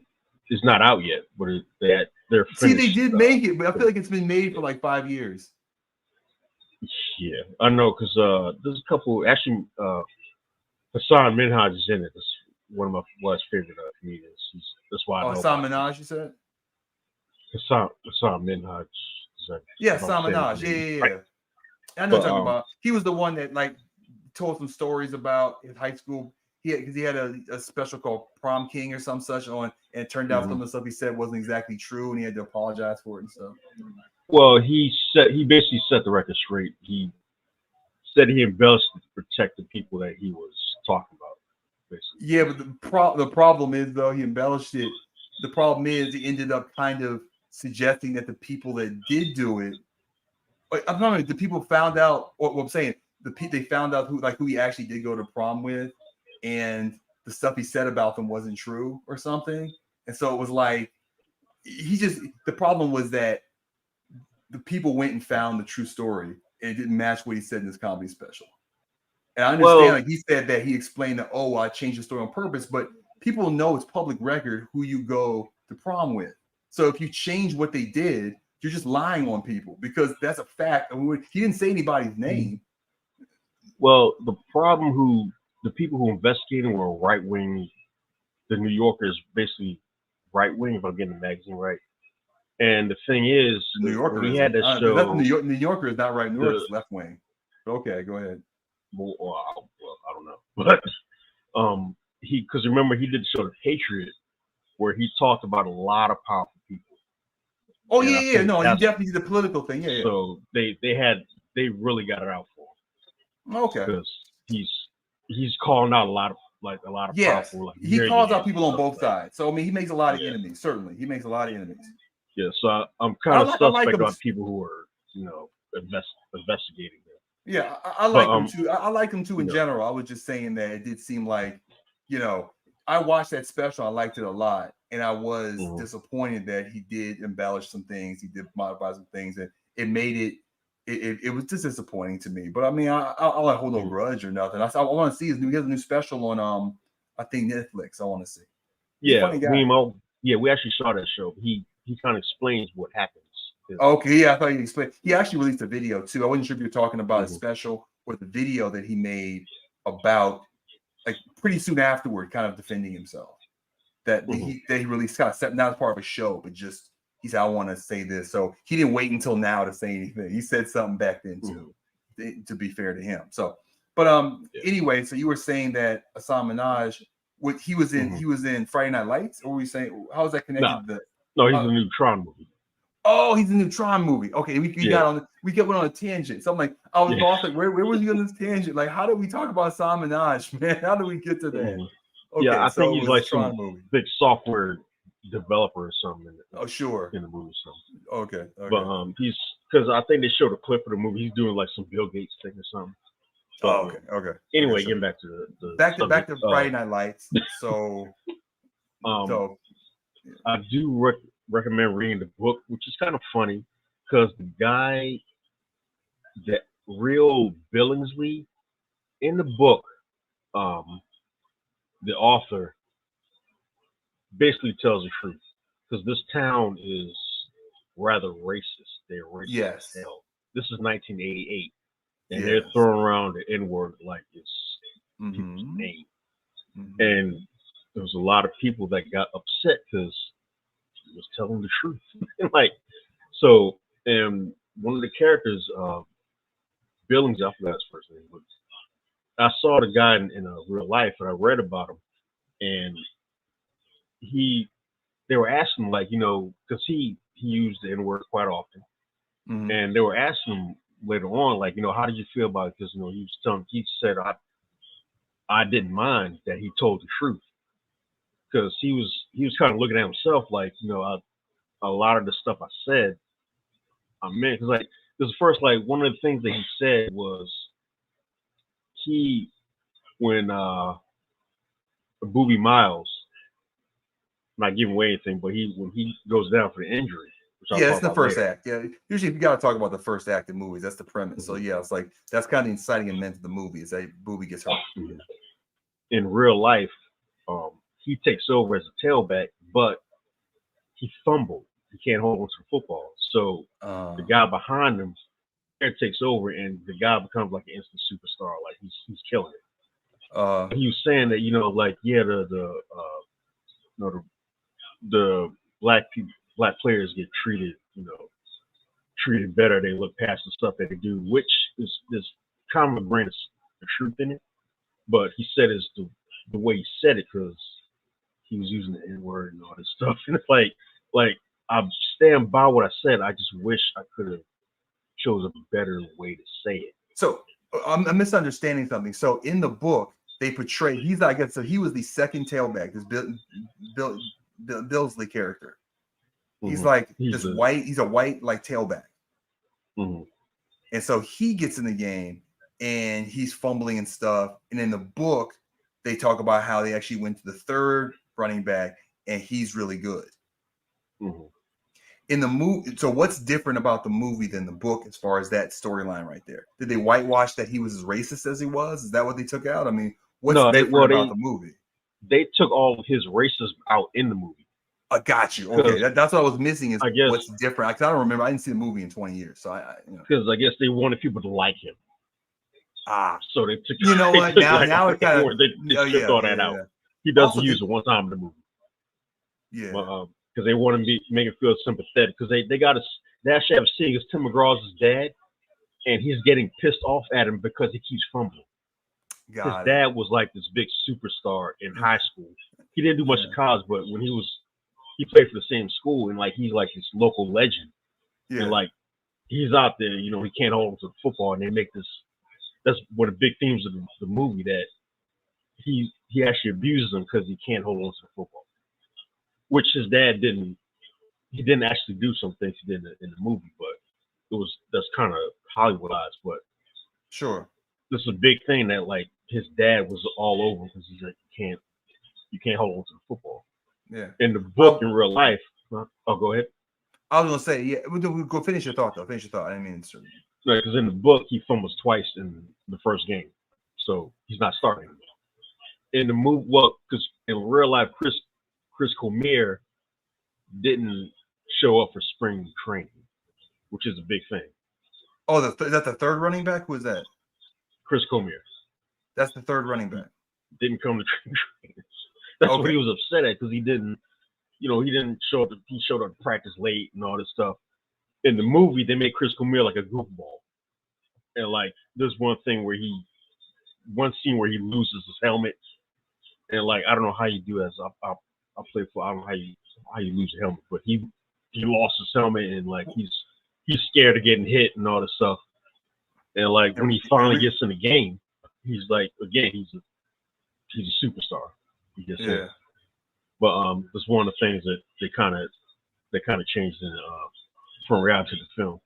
I want to say that in the movie though they have race. Generally, they did talk about the racism in the plays. They just whitewashed that one character because they wanted you to not feel bad for him fumbling, not be like that's what he gets for saying the N-word. He loses the ball. That's what you get. I don't want that. Yeah, they did. The N-word was used. I remember one time when the lady was talking to Billy Bob Thornton because he kind of gave her a look like wow, that's how it is. Like, but other than that, I don't think anywhere. I mean, the racism was there, but they didn't in the film. They didn't hit it because they want you to feel sympathetic towards the town and all the kids and all that. But if you read the book, it's like every other page is like somebody's using it. Yeah, yeah. And I'm like blown away. Like, wow, this is like not the 1960s, this is 1988. And it's just like, wow, you're like blown away by how big these people are. Okay. So what did you like about it the most, and was there any parts that you particularly didn't like or aspects of it you didn't like or thought didn't work in Friday Night Lights? As far as the movie itself, I actually as far as the movie itself, I enjoyed it because like I was saying, because I understand how it is in Texas. Again, a lot of my friends they didn't like it because they thought it was far fetched. I'm like, no, that's how it is. It's more grounded than Varsity Blues, and because even though they're going for the same theme, it's more grounded. And they're blown away when I told them it was based on a true story. And they're like, "What? That's a true story." I'm like, "Yeah, that actually happened." As a matter of fact, my roommate, when I went to Purview, the 1 year I went to Purview, my roommate was from the high school, Dallas Carter, that they played at the Ed. And I remember him telling me the story about when they took the championship away from him because they had a lot of ineligible players. And I was talking, he's like, yeah, he went to Dallas Carter. It's like, yeah, my school, we won the state title, but them old white people took it away from us. And like, he actually went to that school. And then it took me a while to remember. Was like, wait, Dallas Carter, that's the school where he went to. But yeah, this is actually one of my favorite movies. I've seen it like maybe 20 times. Okay. And I'll say maybe what doesn't work for it. I don't know. I gotta think about that because I really do like a lot of stuff. Hey man, yeah. I just you off the mind for something. I just wanted to put these things out there, see if something pops in your head. I think it's one of the very quiet cult favorites because a lot of people like once they understood how it really was, they actually ended up liking the film. One scene that stuck with me from it that again I've only seen I think once, maybe twice, but not in 20 close to 20 years, is a scene where Boogie's at home watching them play football and kind of going through the emotions of being I think his dad sitting next to him on the couch. And the room's like dark. That's what pissed me off about the film. his guardian. There's a scene because there's an outtake. It's a scene where he tells Billy Bob Thornton like, "Oh, so now he's hurt. Y'all just gonna throw him away and all, and this and that." And I'm thinking, dude, you're his guardian. That's your responsibility. Because Booby he didn't take school, just like a character in the program. He didn't take school seriously at all. Yeah. And like it's all about football. When he should be ineligible, he's still playing because he's a superstar. The whole offense is built around him.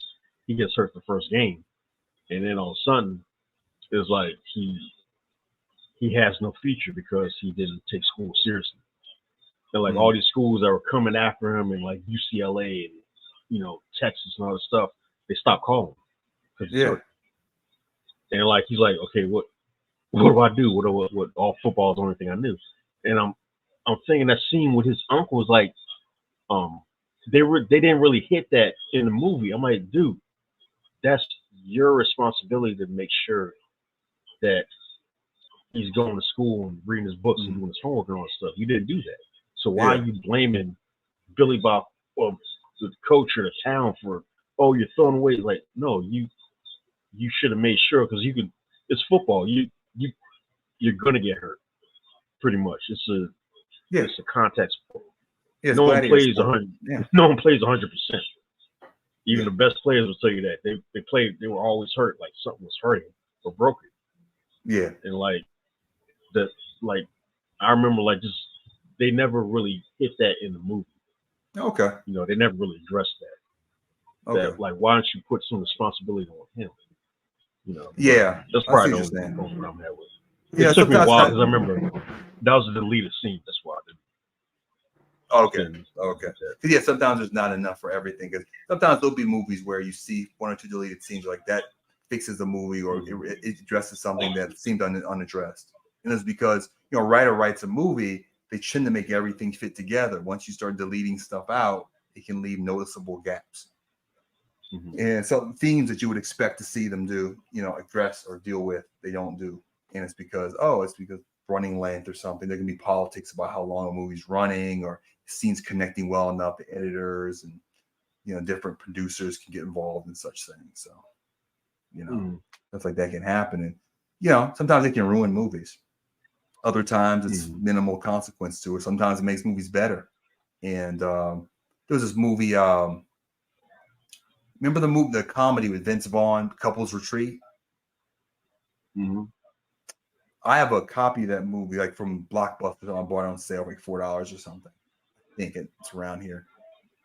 On that DVD, it has a version, an unedited version, or it has basically like the director's cut, or whatever they call it, but it's unrated edition. It just has more of the movie. And I watched that, and it's a noticeably better movie with those in things, because it's a bunch of really good, funny scenes that they left out, and the movie just isn't as funny and just isn't as good without them. It's a noticeable difference to me. Like, I remember I watched it once, like, this movie's okay. Then I watched the unrated version. I'm like, wow, this is just better. Oh wow. Yeah. So movies can have that effect. Sometimes it's it doesn't have much of an effect. I mean, I told you we were talking about Aliens last month. It's kind of a different movie with all the scenes that they took out. It becomes a much more contemplative movie. Whereas it kind of, like, with the editing, it kind of becomes more of a straight action movie. It kind of gets you to that as quickly as possible and is focused on that. With the other stuff, it kind of gives a little more gravity to some of what's going on. But it definitely slows it down too. It's a little different. All right.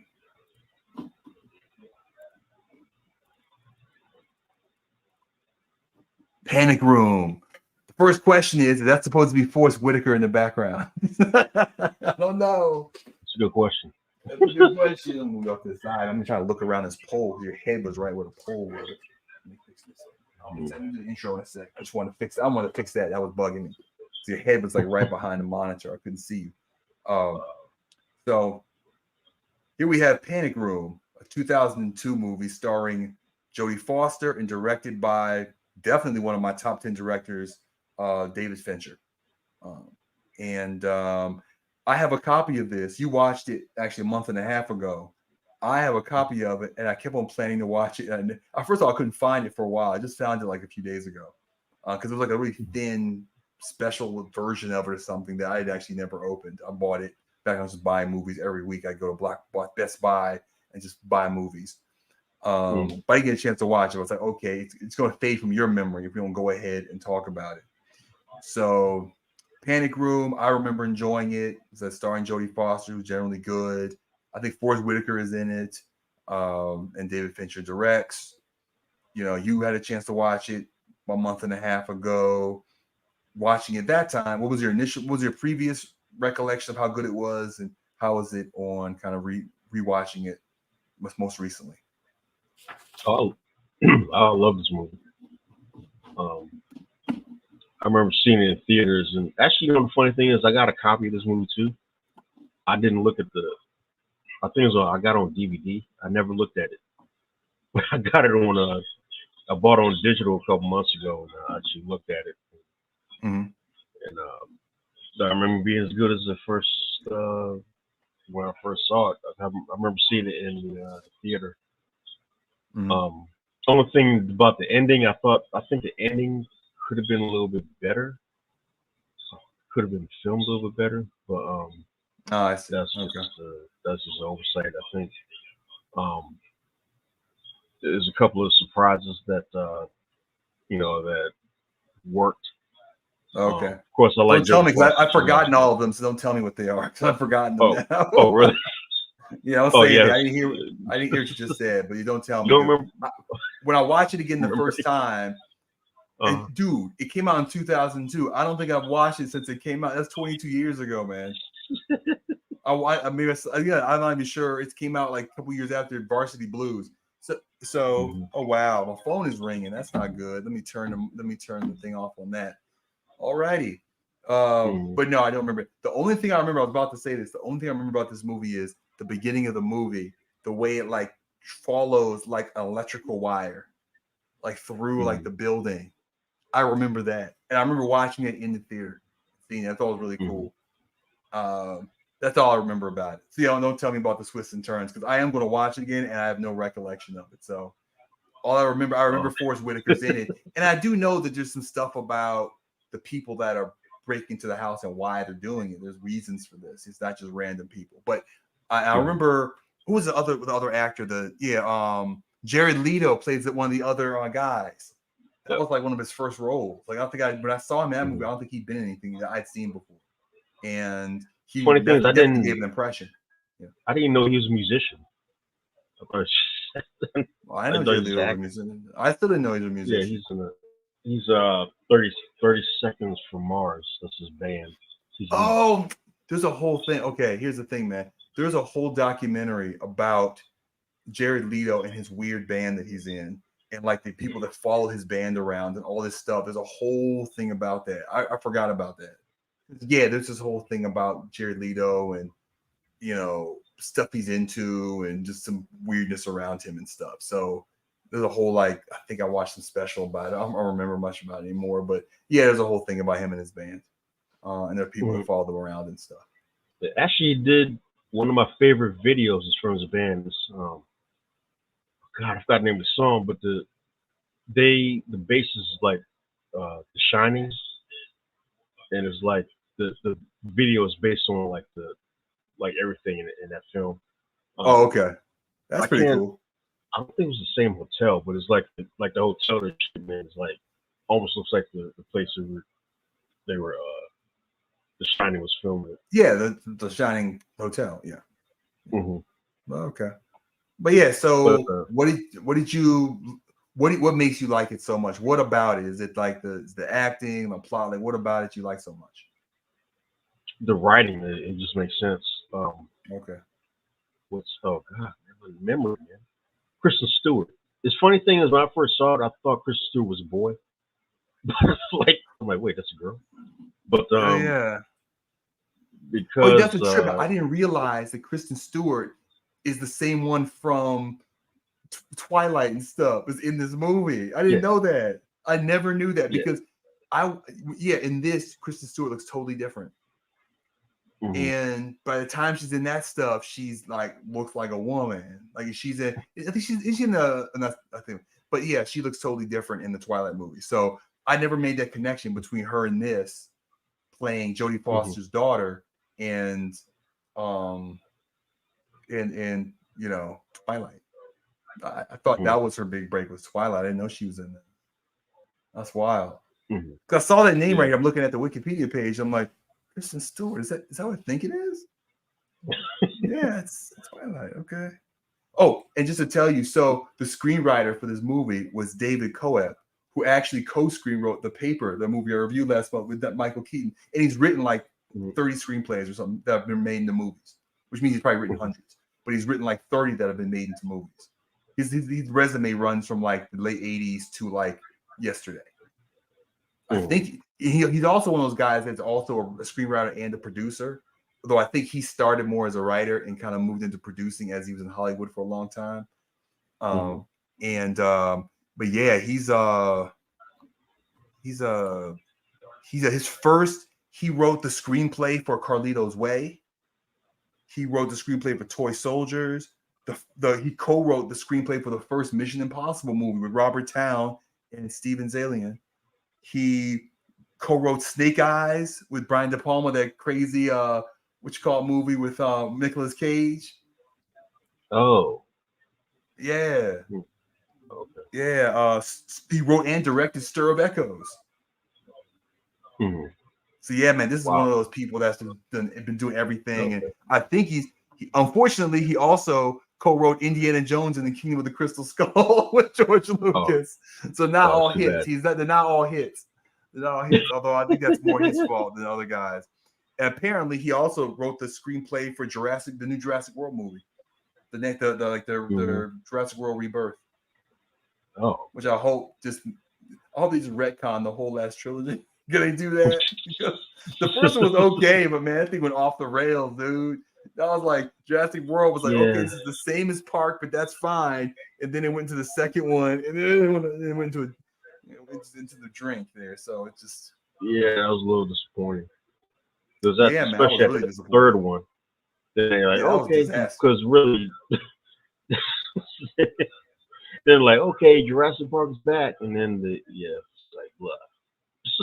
Yeah, no, that third one was it felt like too many cooks in the kitchen. Like it was trying to do too many things, and it just was a mess. It just kept getting worse. Dude, stop. Yeah, it kept getting worse. First, I'm like, okay, this is a good start. Very similar to the other one, kind of like Star Wars: The Force Awakens. It's very similar to the one but that's fine. Where are you going with it? We'll give you one. Now, where you going? And it just went into the drink, man. But anyway, point is, he's a screenwriter. He's been around. He got tons of credits. Some good, some bad. But this is a feather in his cap. So I remember liking it. Again, I haven't seen it in a long time. I'm looking forward to watching it again. Kind of basically at this point, I found that you can watch most movies as if you've never seen them before after about 15 years. By that point, you don't remember hardly any of the details. If you watched it once and not again, it's like it's a new movie. I've done that a couple times in the last few years. You watch something like you remember liking, you watch it again, like, yeah, this was really good. Like, I don't know, it's like it's almost like you saw it for the first time again. So I'm kind of actually looking forward to that, but I just didn't get around to it. What can I say? A lot of times it's easier. Sometimes streaming, I'm just laying in bed, I turn it on. That's how I started watching Hitman Agent 47. But I'll make a point of watching this. I will at some point. Probably won't talk about it again because it's not that important to do it twice. But I think it's safe to say it's a good movie. But anything else about it you want to talk about in terms of like why you liked it? No, I thought it was well written. Especially the concept. I think it's mildly based on a true story actually, because I think what's it, Law and Order Criminal Intent, did the episode with a panic room? Yeah, I'm thinking maybe did they get the same story from that they based their story on? They probably just took this movie and made a story. They probably just took that because this is long before Criminal Intent. I think they just do that. They'll just take stories from real life and make story shows that I probably saw this movie like, ooh, let's make a show with a panic room in it.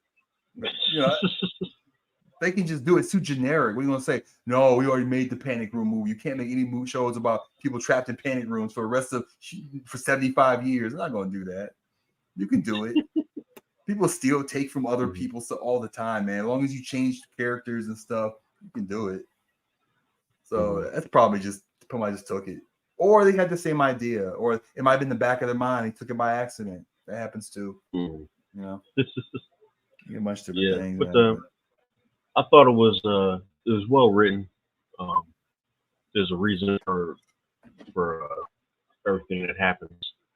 Because of course you're thinking like, okay, you lock yourself in a panic room. Why would you come out? And you saw why, and all the reasons that make sense. And again, only thing at the end, like I was saying, it probably could have been toward the end. Just better shown. Like it just didn't look that good. You said it was like the way it was shot or whatever just wasn't. Even not necessarily the way it's shot, but the way the scene kind of played out. Oh, it plays out. Okay. Again, don't say too much, but yeah. So you're saying a lot of the connective pieces to the plot, they did a good job of connecting them in logical ways. Doesn't make you feel like they're stupid. Like the people are doing smart things. Okay, cool. Yeah. Okay, that's good to hear. Okay. All right. Let's go to the next one.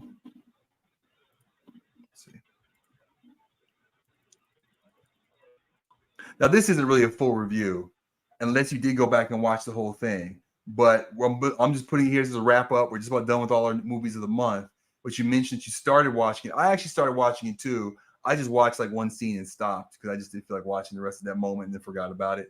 You apparently started watching it as what you told me and you fell asleep. Did you go back and try to watch the rest, or is your only recollection of it the dreary recollections of a half-asleep man trying to watch Madam Webb? Say, man, I tried. I looked at this on my projector, my makeshift theater. Got through 15, 20 minutes of fell asleep, gone to a coma. When I woke up, the credits are rolling. And I think maybe the next day, I was like, okay, I'll give it another chance. And looked at 10 minutes and fell asleep again. And I'm like, that's a shame. Am I looking at it too late? I mean, maybe it's the lights too low or something. But I don't know, man. It's just, I can't get through it. So I had those movies like, you just can't stay awake.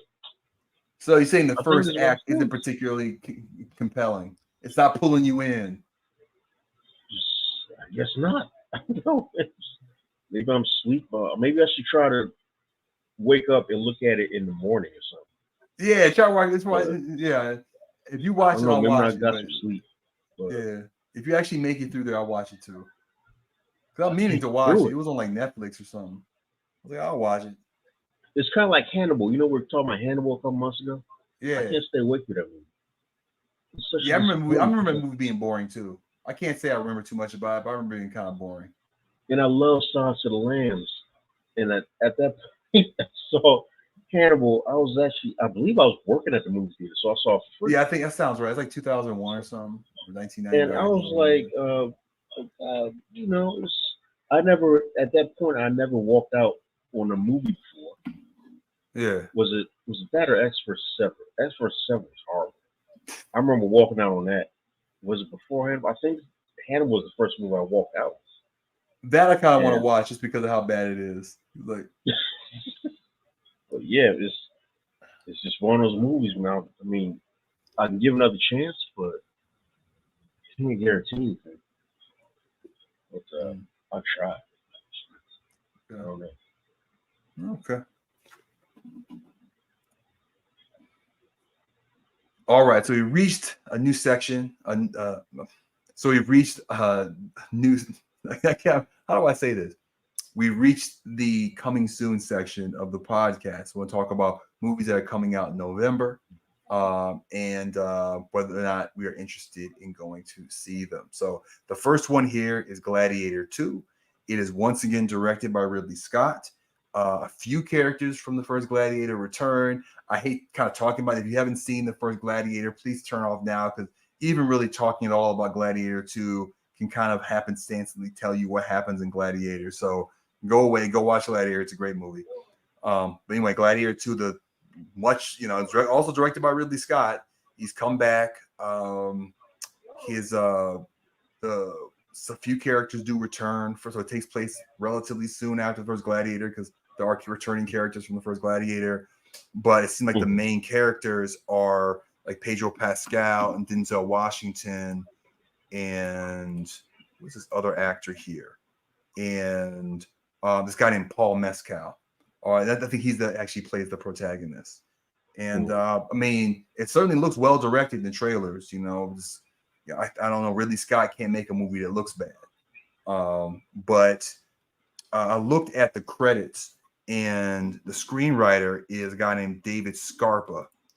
He's basically only written for Ridley Scott. He wrote Napoleon, at least not necessarily by himself, but wrote parts of Napoleon, which I haven't seen. All the Money in the World, which I saw and didn't think was very good. And that was the one they had to recast Kevin Spacey to that other, even older actor. The Day the Earth Stood Still, which I think was that movie with Keanu Reeves that was really boring. And then The Last Castle, which I think that probably was his big break. I think was a good movie. I think it was James Gandolfini, I think, and Robert Redford were in that one. If that's the movie I'm thinking of. Yes, Robert Redford and James Gandolfini were in that one. That I think was probably this guy's big break to put him on the scene. So he also apparently wrote 3 episodes of The Man in the High Castle, that TV series that was on one of those streamers, I think Amazon. So I don't know. It seems like he's got a good rapport with Ridley Scott, but he has done stuff before that. He's not just like on his coattails or anything. So that might be an okay sign. He had some help on the story. So there's other people like Peter Craig is also another story credit, which means Peter Craig may have written. Oh, here's the thing. So Peter Craig may have actually written the original screenplay and then brought in this guy David Scarpa to do a rewrite. And because he rewrote so much of it, he gave him the sole screenwriting credit. And this guy Peter Craig only got the story credit. The reason why, but I think that's kind of a good sign as to why. Peter Craig wrote The Town. He wrote the last 2 movies of the Hunger Wars series, the Hunger Wars series, Hunger Games series, the Mockingjay movies, part 1 and part 2. He wrote, interesting. He wrote Bad Boys for Life. He wrote The Batman. I think he wrote that with Matt Reeves. He was a story writer on Top Gun Maverick. And I think he also wrote that horror movie, The Mother. Is that that horror movie one? Which one is that? Oh no, that was that movie with with J-Lo. It's that J-Lo movie on Netflix. He wrote that. Yeah. So I don't know, man. That movie wasn't horrible. It was all the problems with that movie was the production values. It was clearly made on the Netflix budget. It wasn't, and it was starring J-Lo. That didn't help either, honestly. But it wasn't a terrible movie, so it might be that this generally, I think this is generally a good pedigree for screenwriters. So I have a feeling it's going to probably be pretty good. And having a one writer rewrite another screenplay usually improves it. It hardly ever makes it worse. So I'm looking forward to it, and the pedigree of the talent behind the screen, the below line talent is pretty good. So that's my take on Gladiator 2. I think I'm looking forward to it. What are your thoughts on it? I didn't think I wanted to see it till I saw previews. Previews actually look pretty good. And kind of did they explain who the main character is? No, and I kind of don't want to know. I want to just find out watching the movie. I can look at Wikipedia and figure it out. I mean, it'll explain it, but I kind of want to. It sounds like it's somebody. I mean, the way the trailer says it is that the way the trailer seems to explain it is that essentially the main character is put in a position to be involved in these gladiator games, but Denzel Washington is trying to make a play on Roman power from the outside or from some other region or some such. And so he's using this guy to do that. And, I think Pedro Pascal will play the champion of the powerful people against the antagonist. kind of like that pale dude in Dune 2, Dune Part 2. But I don't know for sure. I'm just guessing that. But yeah, at this point, I don't want to know. I just want to watch the movie and find out. You know, how I feel about it. One thing I'm excited to see is when they fill the arena with the water. Yeah, that looked dope. That looked dope. Yeah. Because I saw in the documentary on Discovery Channel that the arenas were actually were made to do that. Yeah. But they're not sure if they actually did back then. But right. I'm actually anxious to kind of see that scene. Yeah. No, you're right. I forgot about that. That was really cool in the trailer. That's true. That's true. So yeah, so that's that. So that's coming out in November. Another movie. Too far off to the side. I can't even see the thing. Another movie coming out in November is Wicked, based on the musical, the Broadway musical. And my daughter. Don't they come out on the same day? They might have been November 22nd. Let me see. Because Gladiator, I think Gladiator 2 comes on the same day as something. It does. They're both the same day. It's Thanksgiving. It's a Thanksgiving release. Oh man, I thought that was a little strange. Nah, I think for Thanksgiving. They want to go. They want to get that full Thanksgiving week. So I think that's actually the week before Thanksgiving. So they come out on the 22nd, and then that whole week of Thanksgiving, you can get, so people be going to movies by Thursday, Friday. If your movie's good, they'll have the buzz, and you'll fill up the theater. Because they used to actually release on like the day before, the Wednesday before Thanksgiving. I think this new strategy is the week before, get that weekend. Especially because there's not as many movies now. There used to be more crowding. Now it's like it's these two movies and some other random stuff. So why not bring them out a week earlier? They're going head to head either way. Give them more chance to breathe, and just have that whole week where a lot of people. My daughter's off the whole week, so people have a chance. She'll probably want to see that joint that Monday of the next week or something, But yeah, so it's based on the Broadway play. It looks really good. The Wicked Witch, the green woman on the left there, she is played by the woman who played Harriet, whose name is Cynthia Erivo, I believe. And of course, the one on the right is Ariana Grande, playing one of the good witches. Michelle Yeoh is in it. Jeff Goldblum, who was perfectly cast for this role as the wizard. Jonathan Bailey. Anybody else? Bowen Yang from Saturday Night Live. Peter Dinklage is in it. He always is. Always brings good energy or brings interesting stuff to movies. So I'm really looking forward to it. My daughter is so excited. She's she can watch the trailer a bazillion times. She loves it. I think it'll be good too, though. I'm not even a huge musicals fan, but this looks really good. So I will say this as a one warning I'll give is the director is a director from Crazy Rich Asians, which I saw and did not think was a very good movie. I thought it was very dependent on your knowledge of Chinese culture. But as a structurally and in terms of the storytelling, I didn't think was particularly good. Now, that's writing, that's not directing. I don't know. I think this was written. This is based on a play and it was written by different people. So it may be that the problem with Crazy Rich Asians for me was the screenplay. It's not the directing. The directing, actually, I guess, was probably fine. I don't see any problem with it. But I just remember as a movie, not particularly. And the thing is, the director ultimately is a final, the filmmaking is a director's craft. They're ultimately the one responsible. But having said that, they are limited by the screenplays. And indeed, Ridley Scott's a great director, but you give him a bad script, you're gonna make a bad movie. It's like it can't change what people are saying or the basic story structure. So that did worry me a little bit, but I think it'll probably be fine because Wicked's a well performed story. It's already kind of, the story is already kind of validated by its Broadway run, so it should be fine, I think. But that was one thing that worried me, like, oh, that guy, okay. That was a little. Yeah, well, it's not Crazy Asians that worries me. My wife actually loves that movie, and my brother-in-law is actually married to a Chinese woman, and so okay, they're pretty fond of him. I didn't like it at first myself, but as I look at it, it kind of grew on me. But that's also the guy who did Jim. Do you remember the movie Jim? Jim?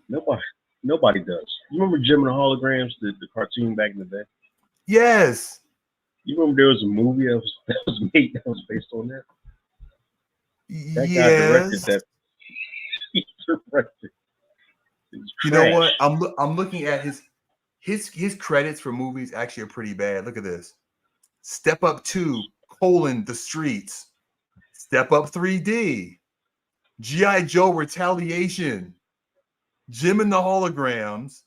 Now You See Me Too, which wasn't that bad. I thought the screenplay had an issue, but wasn't that bad. Crazy Rich Asians. In the Heights, which was, I think, another that was that one that came out on the Disney streaming. That was like a musical on Disney streaming. Yeah, that's the guy who did Hamilton. I forgot his name. Well, I think he wrote it, but then it was directed by it was it's based on a stage play by Lin-Manuel Miranda. And apparently, I guess this is kind of a slight spoiler, is that they're two Wicked movies, so they're making two of them. Mm-hmm. So I guess they took the story and split it into two. It looks like that's what they did. But yeah, so I'm a little worried there. I don't know. But I'll say this, the screenwriter for this was one of the two screenwriters is the actual writer of the Broadway play, Wicked. So it's the person. They didn't take it and go and gnarl it up or something. It's the same people. So hopefully that protected it. And this person has a lot of experience. These are just a bunch of bad screenplays, to be honest. Judge Retaliation, Step Up sequels, which honestly, you're a young director. You're just trying to get money. That's his first movies.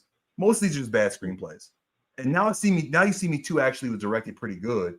I just thought the screenplay wasn't good. It kind of retconned the first movie. I didn't like that. But besides that, it's not a bad movie. I enjoyed it. It's just so yeah, it might just be a screenplay thing. Well, the good thing about Step Up 2 is that he covered it well. His dance scenes are pretty good.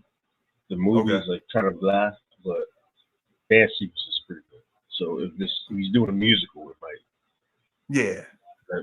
I would actually look forward to it. But I just want to warn people that Wicked is not really a prequel. It's kind of there are elements of the story where they reimagine. It's a reimagining. Okay, fair enough. Okay. I won't give it away, but it's a reimagining. So did you see the Broadway play, or you just know the story, or like how do you know what the deal is with it? I know the story. I know how. Oh, you know the story? Oh, okay.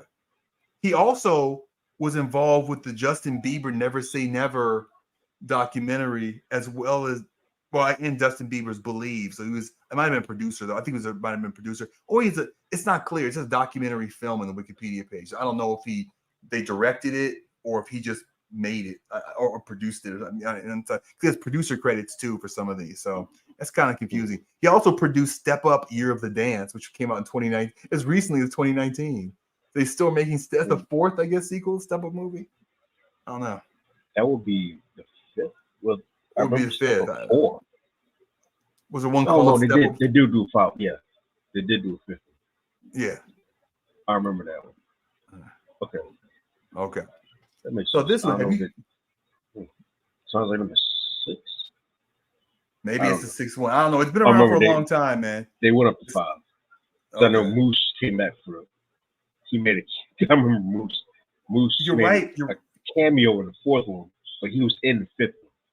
The 5th one is all in. So this is the 6th one. I'm actually can see this. He's exec producer on the 4th and 5th one, and then he was just a producer on the 6th one, which means he got the actual money. I don't know. It can work both ways, but usually execs actually the ones that really wrangle the money, and then the producers actually manage the money. But it can vary. These credits are kind of made up. Anyway, that's. But yeah, you're right. There've been six Step Up movies. Okay. Yeah. So the next movie we got here is one that I didn't know anything about until about 2 weeks ago. It's called Heretic. Have you seen the trailer for this? Yeah. Let me tell you a little bit about it. That's Hugh Grant back there with the crazy man glasses. Or old man glasses, whatever you want to call them. That's Hugh Grant. So this movie is a horror movie. It's about a guy where some people, I think, come to his door trying to like maybe sell him something. I can't remember that exact part, why they come to his door. and he lets them in, and he starts kind of telling them about Jesus. And they're like, okay, man, we're going to go. And he said, wait a minute, before you go, I want you to go through one of these two doors. If you believe in Jesus, go through that door. If you don't believe in Jesus, go through that door. And they're like, yo, man, we just want to leave. And he's like, no, you got to go through one of these doors. And so basically, it's a horror movie about this crazy dude making them go through some house of horrors that's like some kind of but he thinks that he's going to make them believers by doing it or something. But it's something like that. It's something about like this crazy person. It seems like he's trying to be preach to them, but ends up putting them to this like crazy maze of a house where he's testing them like it's like a Saw remake or a Saw kind of movie where he's putting them through tricks and challenges and messing with them, maybe trying to teach them lessons or something. Like it's one of them kind of movies. It looks kind of interesting, and I looked into like to see like who's making this, and so it's made by this team called Scott Beck and Brian Woods. They got their big break doing writing the screenplay for the first The Quiet Place or A Quiet Place. Yes, the first one. They didn't write the second one or that prequel one. They did the first one. They parlayed that into getting a movie they wrote made called, wait for it, 65, starring Adam Driver. And 65 was not a very good movie. I believe they wrote and directed 65. Let me check that. They're down here. I had them up there, but hold up. Didn't we review that? We did review it, and it was not very good. But it had a good ending.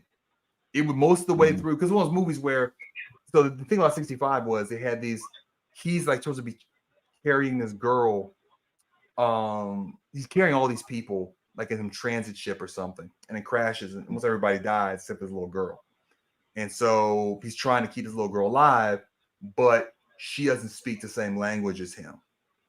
And so they can't really communicate. And so he has to it's very hard for them. But then he kind of eventually learns to communicate with her. And they're dinosaurs because they're actually aliens, and they crash on Earth right before the meteor that destroyed the Earth 65 million years ago arrived. And so that's what the clock is ticking on them escaping the planet, because they've got to face off against dinosaurs and the meteor that's going to cause, a new ice age. So that's the premise of 65. It's not very good. It's not terrible, but it's not very good. It's an interesting idea that just in execution just doesn't really particularly work that well. They also, so yeah, but again, I think The Quiet Place was a big break. They also wrote but didn't direct, and they wrote and directed 65. That was all theirs. As a writing team, I guess they just decided to stay together as a directing team too. They also made this movie called The Boogeyman, which, do I remember this? Okay, so it was a supernatural horror film directed by Rob Savage, based on his 1973 short story by Stephen King. So I think that's been made before, but they did a remake of it last year. They just wrote that, and I have no impression or opinion about that. But they're relatively young guys. 65 was a miss, but A Quiet Place was a really good screenplay. So maybe, to me, it just depends on, I think they're able directors. The question is that Heretic screenplay is any good. I don't know. It's a good trailer, though. If you go Google, like if you get a chance, go search the trailer and watch it. It's a cool trailer. But I don't know if the movie's going to actually be any good. It's one of those movies where you see the trailer and you're like, this could be good, but it could also just be a good trailer for a movie that's not very good. Because it's going to depend on what happens. Like, what are the challenges? How does it turn out? Like, what's the twist? What's the turns in it? That's going to affect if it's a good movie or not. It can't just be, the premise was to make it a good movie. It just makes it have a chance at being a good movie. It's like A Quiet Place was a good premise, but it could have been a bad movie if it hadn't been, executed well. It had a good script. So yeah, that's Heretic. I just wanted to put that on there because it's on my radar. Though I may wait for streaming, especially with all these other movies we have to watch. I have to watch still. They're ahead of it.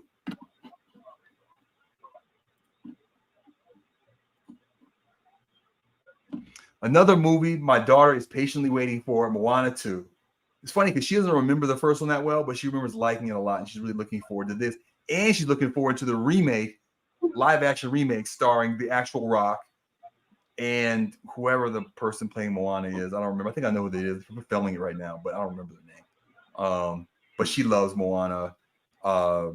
It's a big release. I'm not pressed about seeing it. It was cool. I remember liking it, but I remember nothing about it. Do you remember anything? Have you seen Moana, and do you remember anything about it? Yeah, I saw it. I loved it. But I'm wondering why they waited so long to make the sequel. I think the first one was like 2015 or something. Almost like 9 to 10 years when you do the sequel. Let's see. When was it?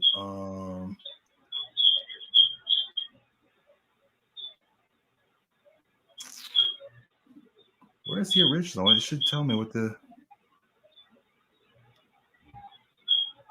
2016. 2016. Yeah. So like here's the years. thing. Yeah. So apparently, what happened is, according to this, in 2020 they were going to make a TV series, and they changed their minds and decided. Is there a fan going, man? I think I hear a whistling sound in the background. Is it? Do you hear that? It's still, yeah, it's not the fan. It's still going. I don't know. Is that feedback or something? Yeah, could that I don't know be? what that is. I hear something. I don't know what's going on. Yeah.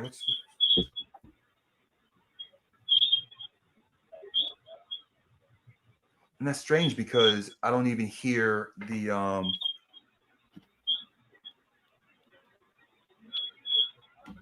That's really strange.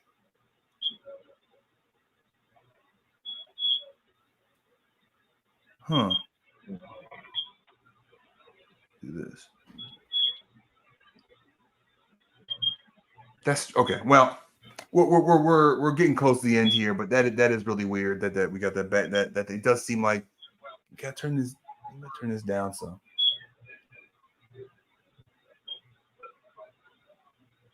Gotta turn my mic off a little bit.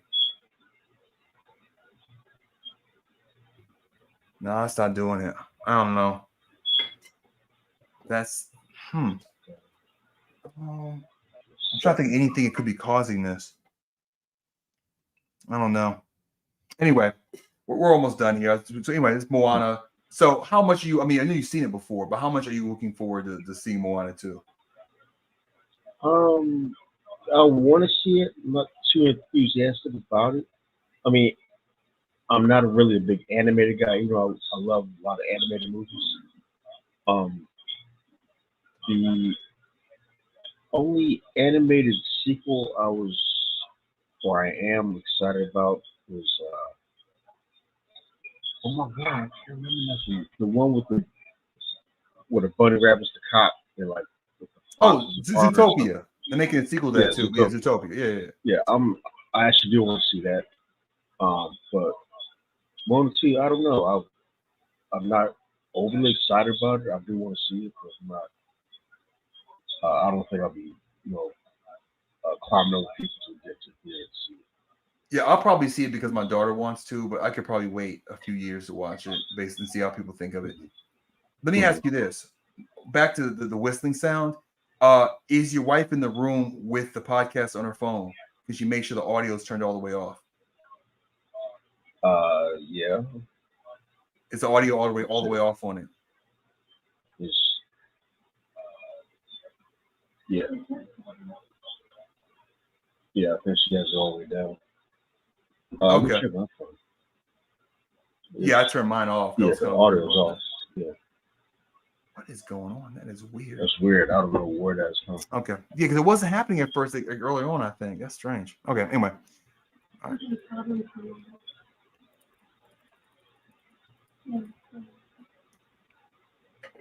So this is a random movie that I came across looking just what's coming out. It's this movie called Elevation. I have no idea. It's made by this like French director or something. And the only reason why it caught my attention is because Morena Baccarin is in it. She's the woman that plays Deadpool's wife in the Deadpool movies. And I have a crush on her. So I want to watch this movie, even though it's a sci-fi too. So she's making some like period drama in the 17th century. I would skip it. But it's like a sci-fi movie with her and Anthony Mackie. So I'm like, it's worth a shot. So I'm gonna go see this at some point. And the funny thing is, the director of this, or the writer and director of both of them, made another sci-fi movie on the Roku channel. It's called like what was it called? I had it up here a second ago. It's called shoot, now I can't find it. Hold on a second. It's right here. It's called Tides. It made a movie called Tides. It's a sci-fi movie about a bunch of people that the rich people leave Earth because it's becoming uninhabitable, and they go into space, and they try to come back, and they're trying to come back, and it's like what they're gonna find when they come back. So I thought, oh, that's a cool premise. I want to check that out too. So that's actually on. I might see if that's on the Roku channel tonight after we get off the stream. Just check out the first couple minutes of it, see if it looks like it's any good. But I think it's like not French. I'm thinking about a different movie. It's not a French director. I think it's like German but I think he's a foreign director though. It's not American. Let's see here. I'm losing track of it. What's his name? No, George Nolfi. No, he's an American filmmaker. No, he's not. He's just he got his debut with the sci-fi movie The Adjustment Bureau back in 2011. That's where his break was. So now for the last section, new section. So you put me on to the idea of looking for being able to find deals for movies for $5 or less, digital movies, using Movies Anywhere, which I do have an account with and have gotten movies from before. So past month I've been taking a look, and I've been trying not to overdo it, but I did find a couple movies that I wanted to check out. So I wanted to go through the ones I picked up this month, and then you have some that you picked up as well. And the first one here is Fallen, which is a Denzel Washington movie from the early aughts, I believe. And I remember really liking it. I thought it was an interesting concept. It's Denzel, my favorite actors, and it's a decent kind of horror sci-fi concept that goes along with it. I don't want to say too much about it, except to say that he's kind of finds himself, I think he's a police officer. His partner is played by John Goodman, and he finds himself investigating a bunch of strange murders that seem to involve some strange demonic entity. As I thought it was very cool, and I remembered enjoying it. So I said, well, I haven't seen it. I think I haven't watched it since it first came out, or maybe it was on cable right around that time, soon after it came out. So I thought I'd give it a shot. That's that one. Now, this is a real deep cut. I found this movie. I'm trying to remember where I even saw it the first time. It's called The Gallows. It's this very indie movie. It's a horror movie about a group of people that they break into a school because they want to check out the set of, I think they're trying to retrieve something from the set of this play called The Gallows that they're going to put on. And the play's like haunted or something, and they end up getting trapped in there, and crazy horror stuff happens to them. It has it's kind of zany ending too. That I like it though. I like the ending, but it's this kind of trippy ending it has. And I was like, this is very unlikely to ever be on any regular streaming thing. So I thought it was worth $5 to have a copy of it for myself, because I remember really liking it. As kind of it's kind of a uniquely low budget horror movie that I thought worked. Lockout. This actually is a French movie, which I didn't know. This was made, I guess this was produced by a French company or something, but it stars Guy Pearce as like a John McClane character, a guy who's trapped on a prison in space, and he has to rescue like the president's daughter from this space prison that's been taken over by the inmates or some such. It's also has a guy, that black dude I was telling you about from Fear the Walking Dead, that came in, that they moved over from Walking Dead to Fear because to bring some of his audience with him. He plays a significant role as a supporting character in this. Actually, I should have his name. I don't think I'll have that up on here, but but anyway, the main character is Guy Pearce. Maggie Grace plays the president's daughter, and it's a fun action movie that I like, that I don't really see around much anymore, and I have a copy of, so I thought I'd get that. Don't Breathe 2. This one I bought because I've never seen this. It never seems to be on any of the regular streamers. So I said, well, I like the first one. It's produced by the director of the first one. He's so involved in it. So I thought I would give it a shot. So I haven't watched it yet, but I bought it to watch it. Escape Room. So I did see this. I bought this because I thought this was kind of a cute kind of horror movie about people who get trapped in like a real life escape room. It's not particularly good, but I thought it was fun, and I wanted to show it to my daughter. And again, it was never on streaming, so I thought, I'll just go ahead and pick up a copy. It was on sale, and its sequel was on sale. Escape Room Tournament of Champions, which again was first one I've seen. This one I've never seen. This one is just but it's a sequel they did that I missed in theaters, or it came out during the pandemic or something, so I never got a chance to see it. So I liked the first one. I wanted to see it, but I couldn't. Cop Shop. This one I found on like Amazon or Peacock or something. I think Peacock. It's written by Joe Carnahan, who I think has made some good movies. I can Google him real quick. But Joe Carnahan, American film director. He's done a bunch of stuff. He did Narc, Smoking Aces, Pride and Glory. He was involved in the A-Team, The Gray, that Death Wish remake, Bad Boys for Life, that movie Boss Level, which I also didn't see before. That one with I think it was Jason Statham or something, or somebody like him that played the guy who's stuck in like a Groundhog Day loop in like a video game. He did that. He did this. I like his action movie, like his like style with making action movies in general.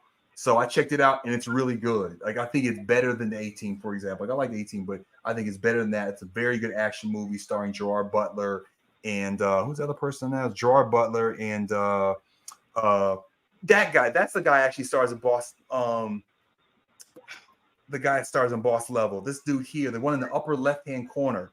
He was in. He played the villain in the Captain America sequel. He's been in a whole bunch of like indie movies, like small time action movies. I can't think of his name though. But actually, I can probably click on this and just get it. Frank Grillo. So yes, Frank Grillo. So Frank Grillo, and the main character is actually the black woman, the black woman there with the pistol. Even though she's not a big name, she's the main character in the actual movie. Her name is Alexis Louder. She's actually the main character of the movie.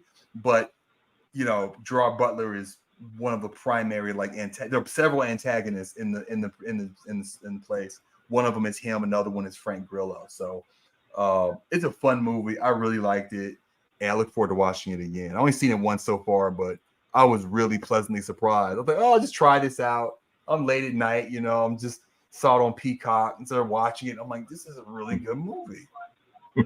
It tripped me out how good it was. Okay. A few more. License to Drive. My daughter is at that age where she's getting ready to drive.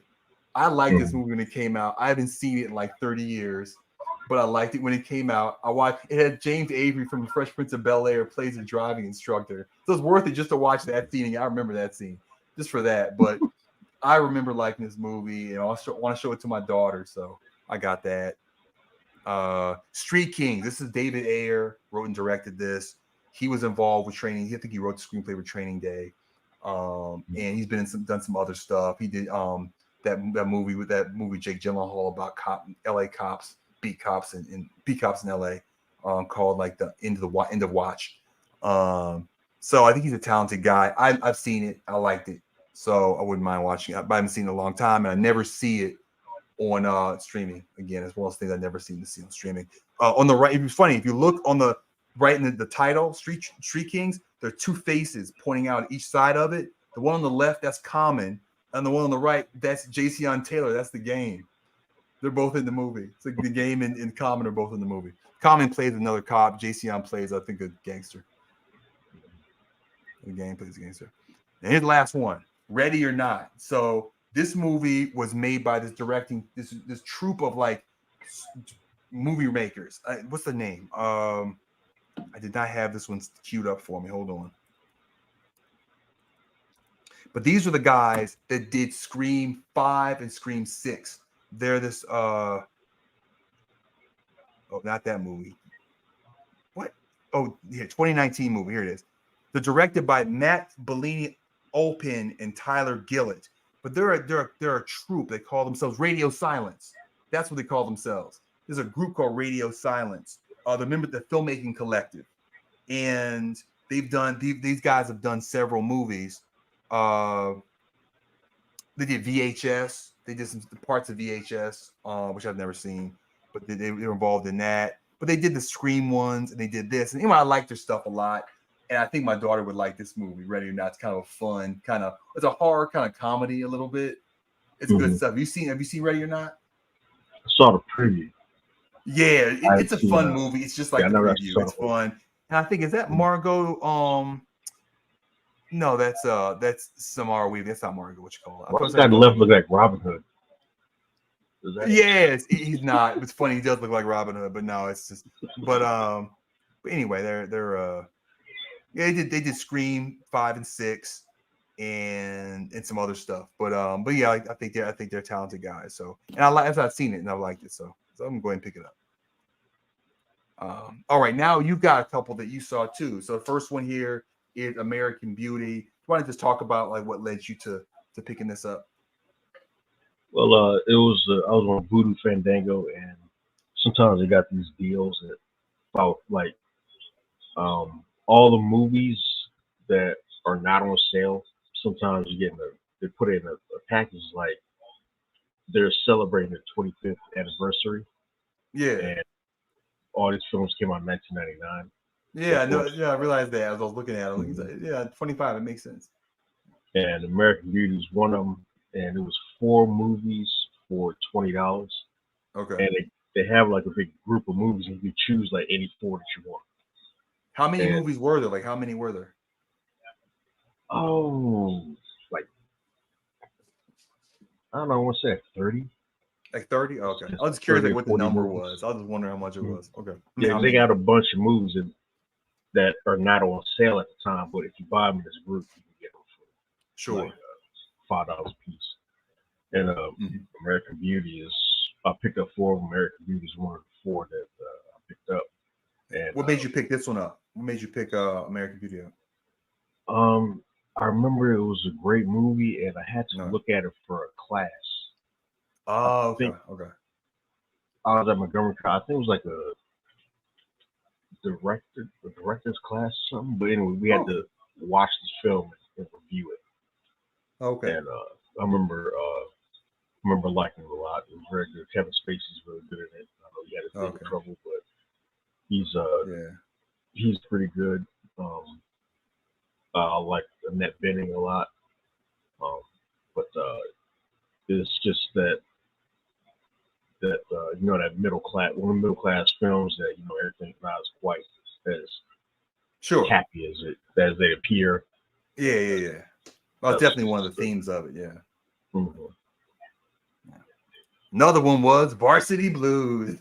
Yeah, it's one of the movies I picked up. Yeah. I don't know why I was on. I have football in my mind. And I was like, all right, I got the Friday Night Lights and get Varsity Blues. This is one of my favorite movies. It's one of my favorite Matt Damon performances. Interesting. He was I didn't know they actually did a whole series of Ripley films, but this is the first one. The others are not nearly as good as the first one. Okay. I remember seeing it in the theaters, and I really loved it. Long story short, he was a homosexual serial killer. Sure. That was, as the title would suggest, very talented at taking people's identities. Yeah. And it was, I think it's one of my favorite Matt Damon performances, besides Jason Bourne. Yeah. The funny thing is, I watched it once, long time ago, and I couldn't really get into it. I don't remember anything about it except I was just like, I didn't, what they were trying to do, I wasn't vibing with it. So I think I was, this came out like 1997 or something. I was like a teenager or something, or thereabouts, 95, something like that. It was like one of Matt Damon's first performances. I think that was Jude Law's like first big role. Like I don't think I'd ever seen him in anything before. That I think he was the one. I'm like, who was that guy? Because I recognize Gwyneth Paltrow. I think she was been stuff before, or was it Kate Blanchett, whoever it was. No, it's Gwyneth Paltrow. And Matt Damon, and then I'd seen him in something before because I think he'd been in like at that point he'd already been in that one about him and Robin Williams, Good Will Hunting. He'd already done that. He'd done other stuff. But yeah, Jude Law, I'm like, who is this dude? Like he was the one. But anyway, I remember watching it and being like, not being able to get into it, but I need to watch it again because it is acclaimed a lot. And I just, for whatever reason, there's some movies I saw when I was a lot younger that I wonder if I just didn't get it or it just wasn't vibing with it at the time, but actually are good. So it's funny because I at the wanna watch picture, it. he ain't looking at her, he's looking at him. That's right. Right. Now here's the thing. You told me the fourth movie was The Haunting, but there are a lot of movies that are kind of called The Haunting. This one I think is the one from 1999. I'm not sure. Does this look like the right movie to you? Yeah, that's what I bought. Okay, so I wasn't even sure. Oh, it looks like a face. It's funny because you can see a bunch of stuff. You got an eyeball, it's like a face. There's also a crab monster on the left side that looks kind of creepy. And then, you had the people there that just, I think Owen Wilson's in this. That's Lily Taylor. It's funny. Owen Wilson's the one. I guess maybe that's his face. It's funny because they're kind of like a guy with face with really wild hair is the white, but the white also kind of looks like its own monster. So I don't even know what is going on there. But I don't think I've ever seen it. This is one of those movies I think I just missed because I've seen a lot of Liam Neeson movies, but I ain't seen this one. I haven't seen it either. It's actually a remake. I think it's 1950 or 60s when the film came out. But it's a remake of because for some reason I lumped together these remakes. They had this, and I think it was a one called House on Haunted Hill. Yes. With Taye Diggs, I think that's one he was in. Taye Diggs. I mean, maybe, but Taye Diggs? I don't know. I don't know about Taye Diggs. But that wasn't very good. I looked this up. This did very well in the box office. So I was like, okay, I haven't seen this. I'm gonna check this out. I'll say this. I think you might have got a good one. The screenwriter is a guy named David Christopher Self, who's 6 years older than me, us. And he is author of the screenplays for the films The Haunting, Road to Perdition, but then also The Wolfman. So I don't know. We'll see.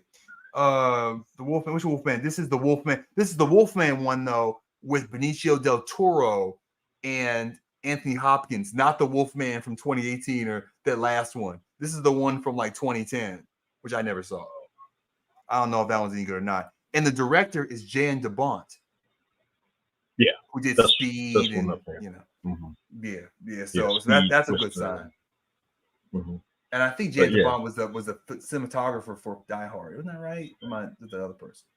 I know he's a cinematographer. Yeah, Die Hard was directed by somebody else.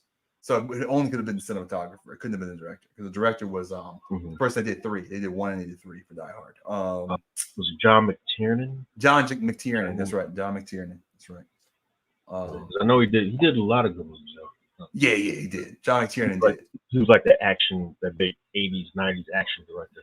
Yeah. One of the movies he directed, which had a bad screenplay, but it wasn't poorly directed, was The Last Action Hero. I think he directed. Oh, yeah. He did other good ones too, but that's the one I remember, but he did other good ones too. Yeah, no, I mean, he was a somebody that for a bunch of time, but anytime he made a movie, I went and watched it, and they were almost all good. Yeah, let me see. John McTiernan. Let's see here. I got him up here. So he did Predator, Die Hard, The Hunt for Red October, Medicine Man, Last Action Hero, Die Hard with a Vengeance, Thomas Crown Affair, 13th Warrior, and then Rollerball and Basic. So he had like a run there of about 17, 18 years. Yeah. But I didn't think I see that. I saw Basic. I don't think I saw Rollerball. That's the one I didn't. I didn't see that one. That one didn't look good. Did we see Basic in the theater? We might have. It was 2003. It's possible. That's the one with Samuel Jackson and yes, John Travolta. Yeah, it was like, what's worse than this? Only be one thing. But this one, like about this woman that got killed in basic training or something. Oh, okay. It turned out some conspiracy or something. But yeah, Rollerball was the one. Oh, Rollerball is the one that looked terrible because it was LL Cool J, Chris Klein. We're starting it. It's funny because the remake, that was a remake of a very good the James Caan Norm Jewison movie. Yeah. And you got the theme because the theme was violence and sports. Yeah. For entertainment. And when they did I think it was the storyline was outdated. I think nobody cared really. I think you see a cover of them wearing those outfits, and it's Chris Klein and LL Cool J. People are like, I don't want to go watch the trip. I don't have it queued up, But can I actually put this up here? Is there a way I can maybe I can figure out how to do? Hold up. Can I just click on this and then share this? Let's see, download. Do this. Let's open it up in this. Here we go. This is what the cover looked like. So I gotta go over here and then switch what I'm showing. So stop screen, present, share screen. That's fine. Window. Here it is. And then there it is. That's what the poster looked like. That's why I didn't do well, because it looked terrible. That looks so bad. And Chris Klein was one of those guys who was a star for like 1 year. He just came and went. I don't know what people saw. He just. It's what they want. It was American Pie, and then it was American. That was it. It was American Pie. He did American Pie, and that was it. And he tried. This was like his chance to try to be like an action star or something. I was like, no, nobody cares. He was the main actor. And LL Cool J was there too. He looking silly, with like a championship belt looking thing around his waist, but he wasn't the star. He was Chris Klein's movie. As the night was saying in The Last Crusade, we chose poorly. We chose poorly. That's right. Yeah, rollerball. Yeah, man. And so that's it, man. So that is our. Let's see here. That is our. Okay. Let's see what that calling was about earlier. But yeah, so I think you have anything you want to talk about on the stream before we close it out. No, I think that's it. I'm trying to get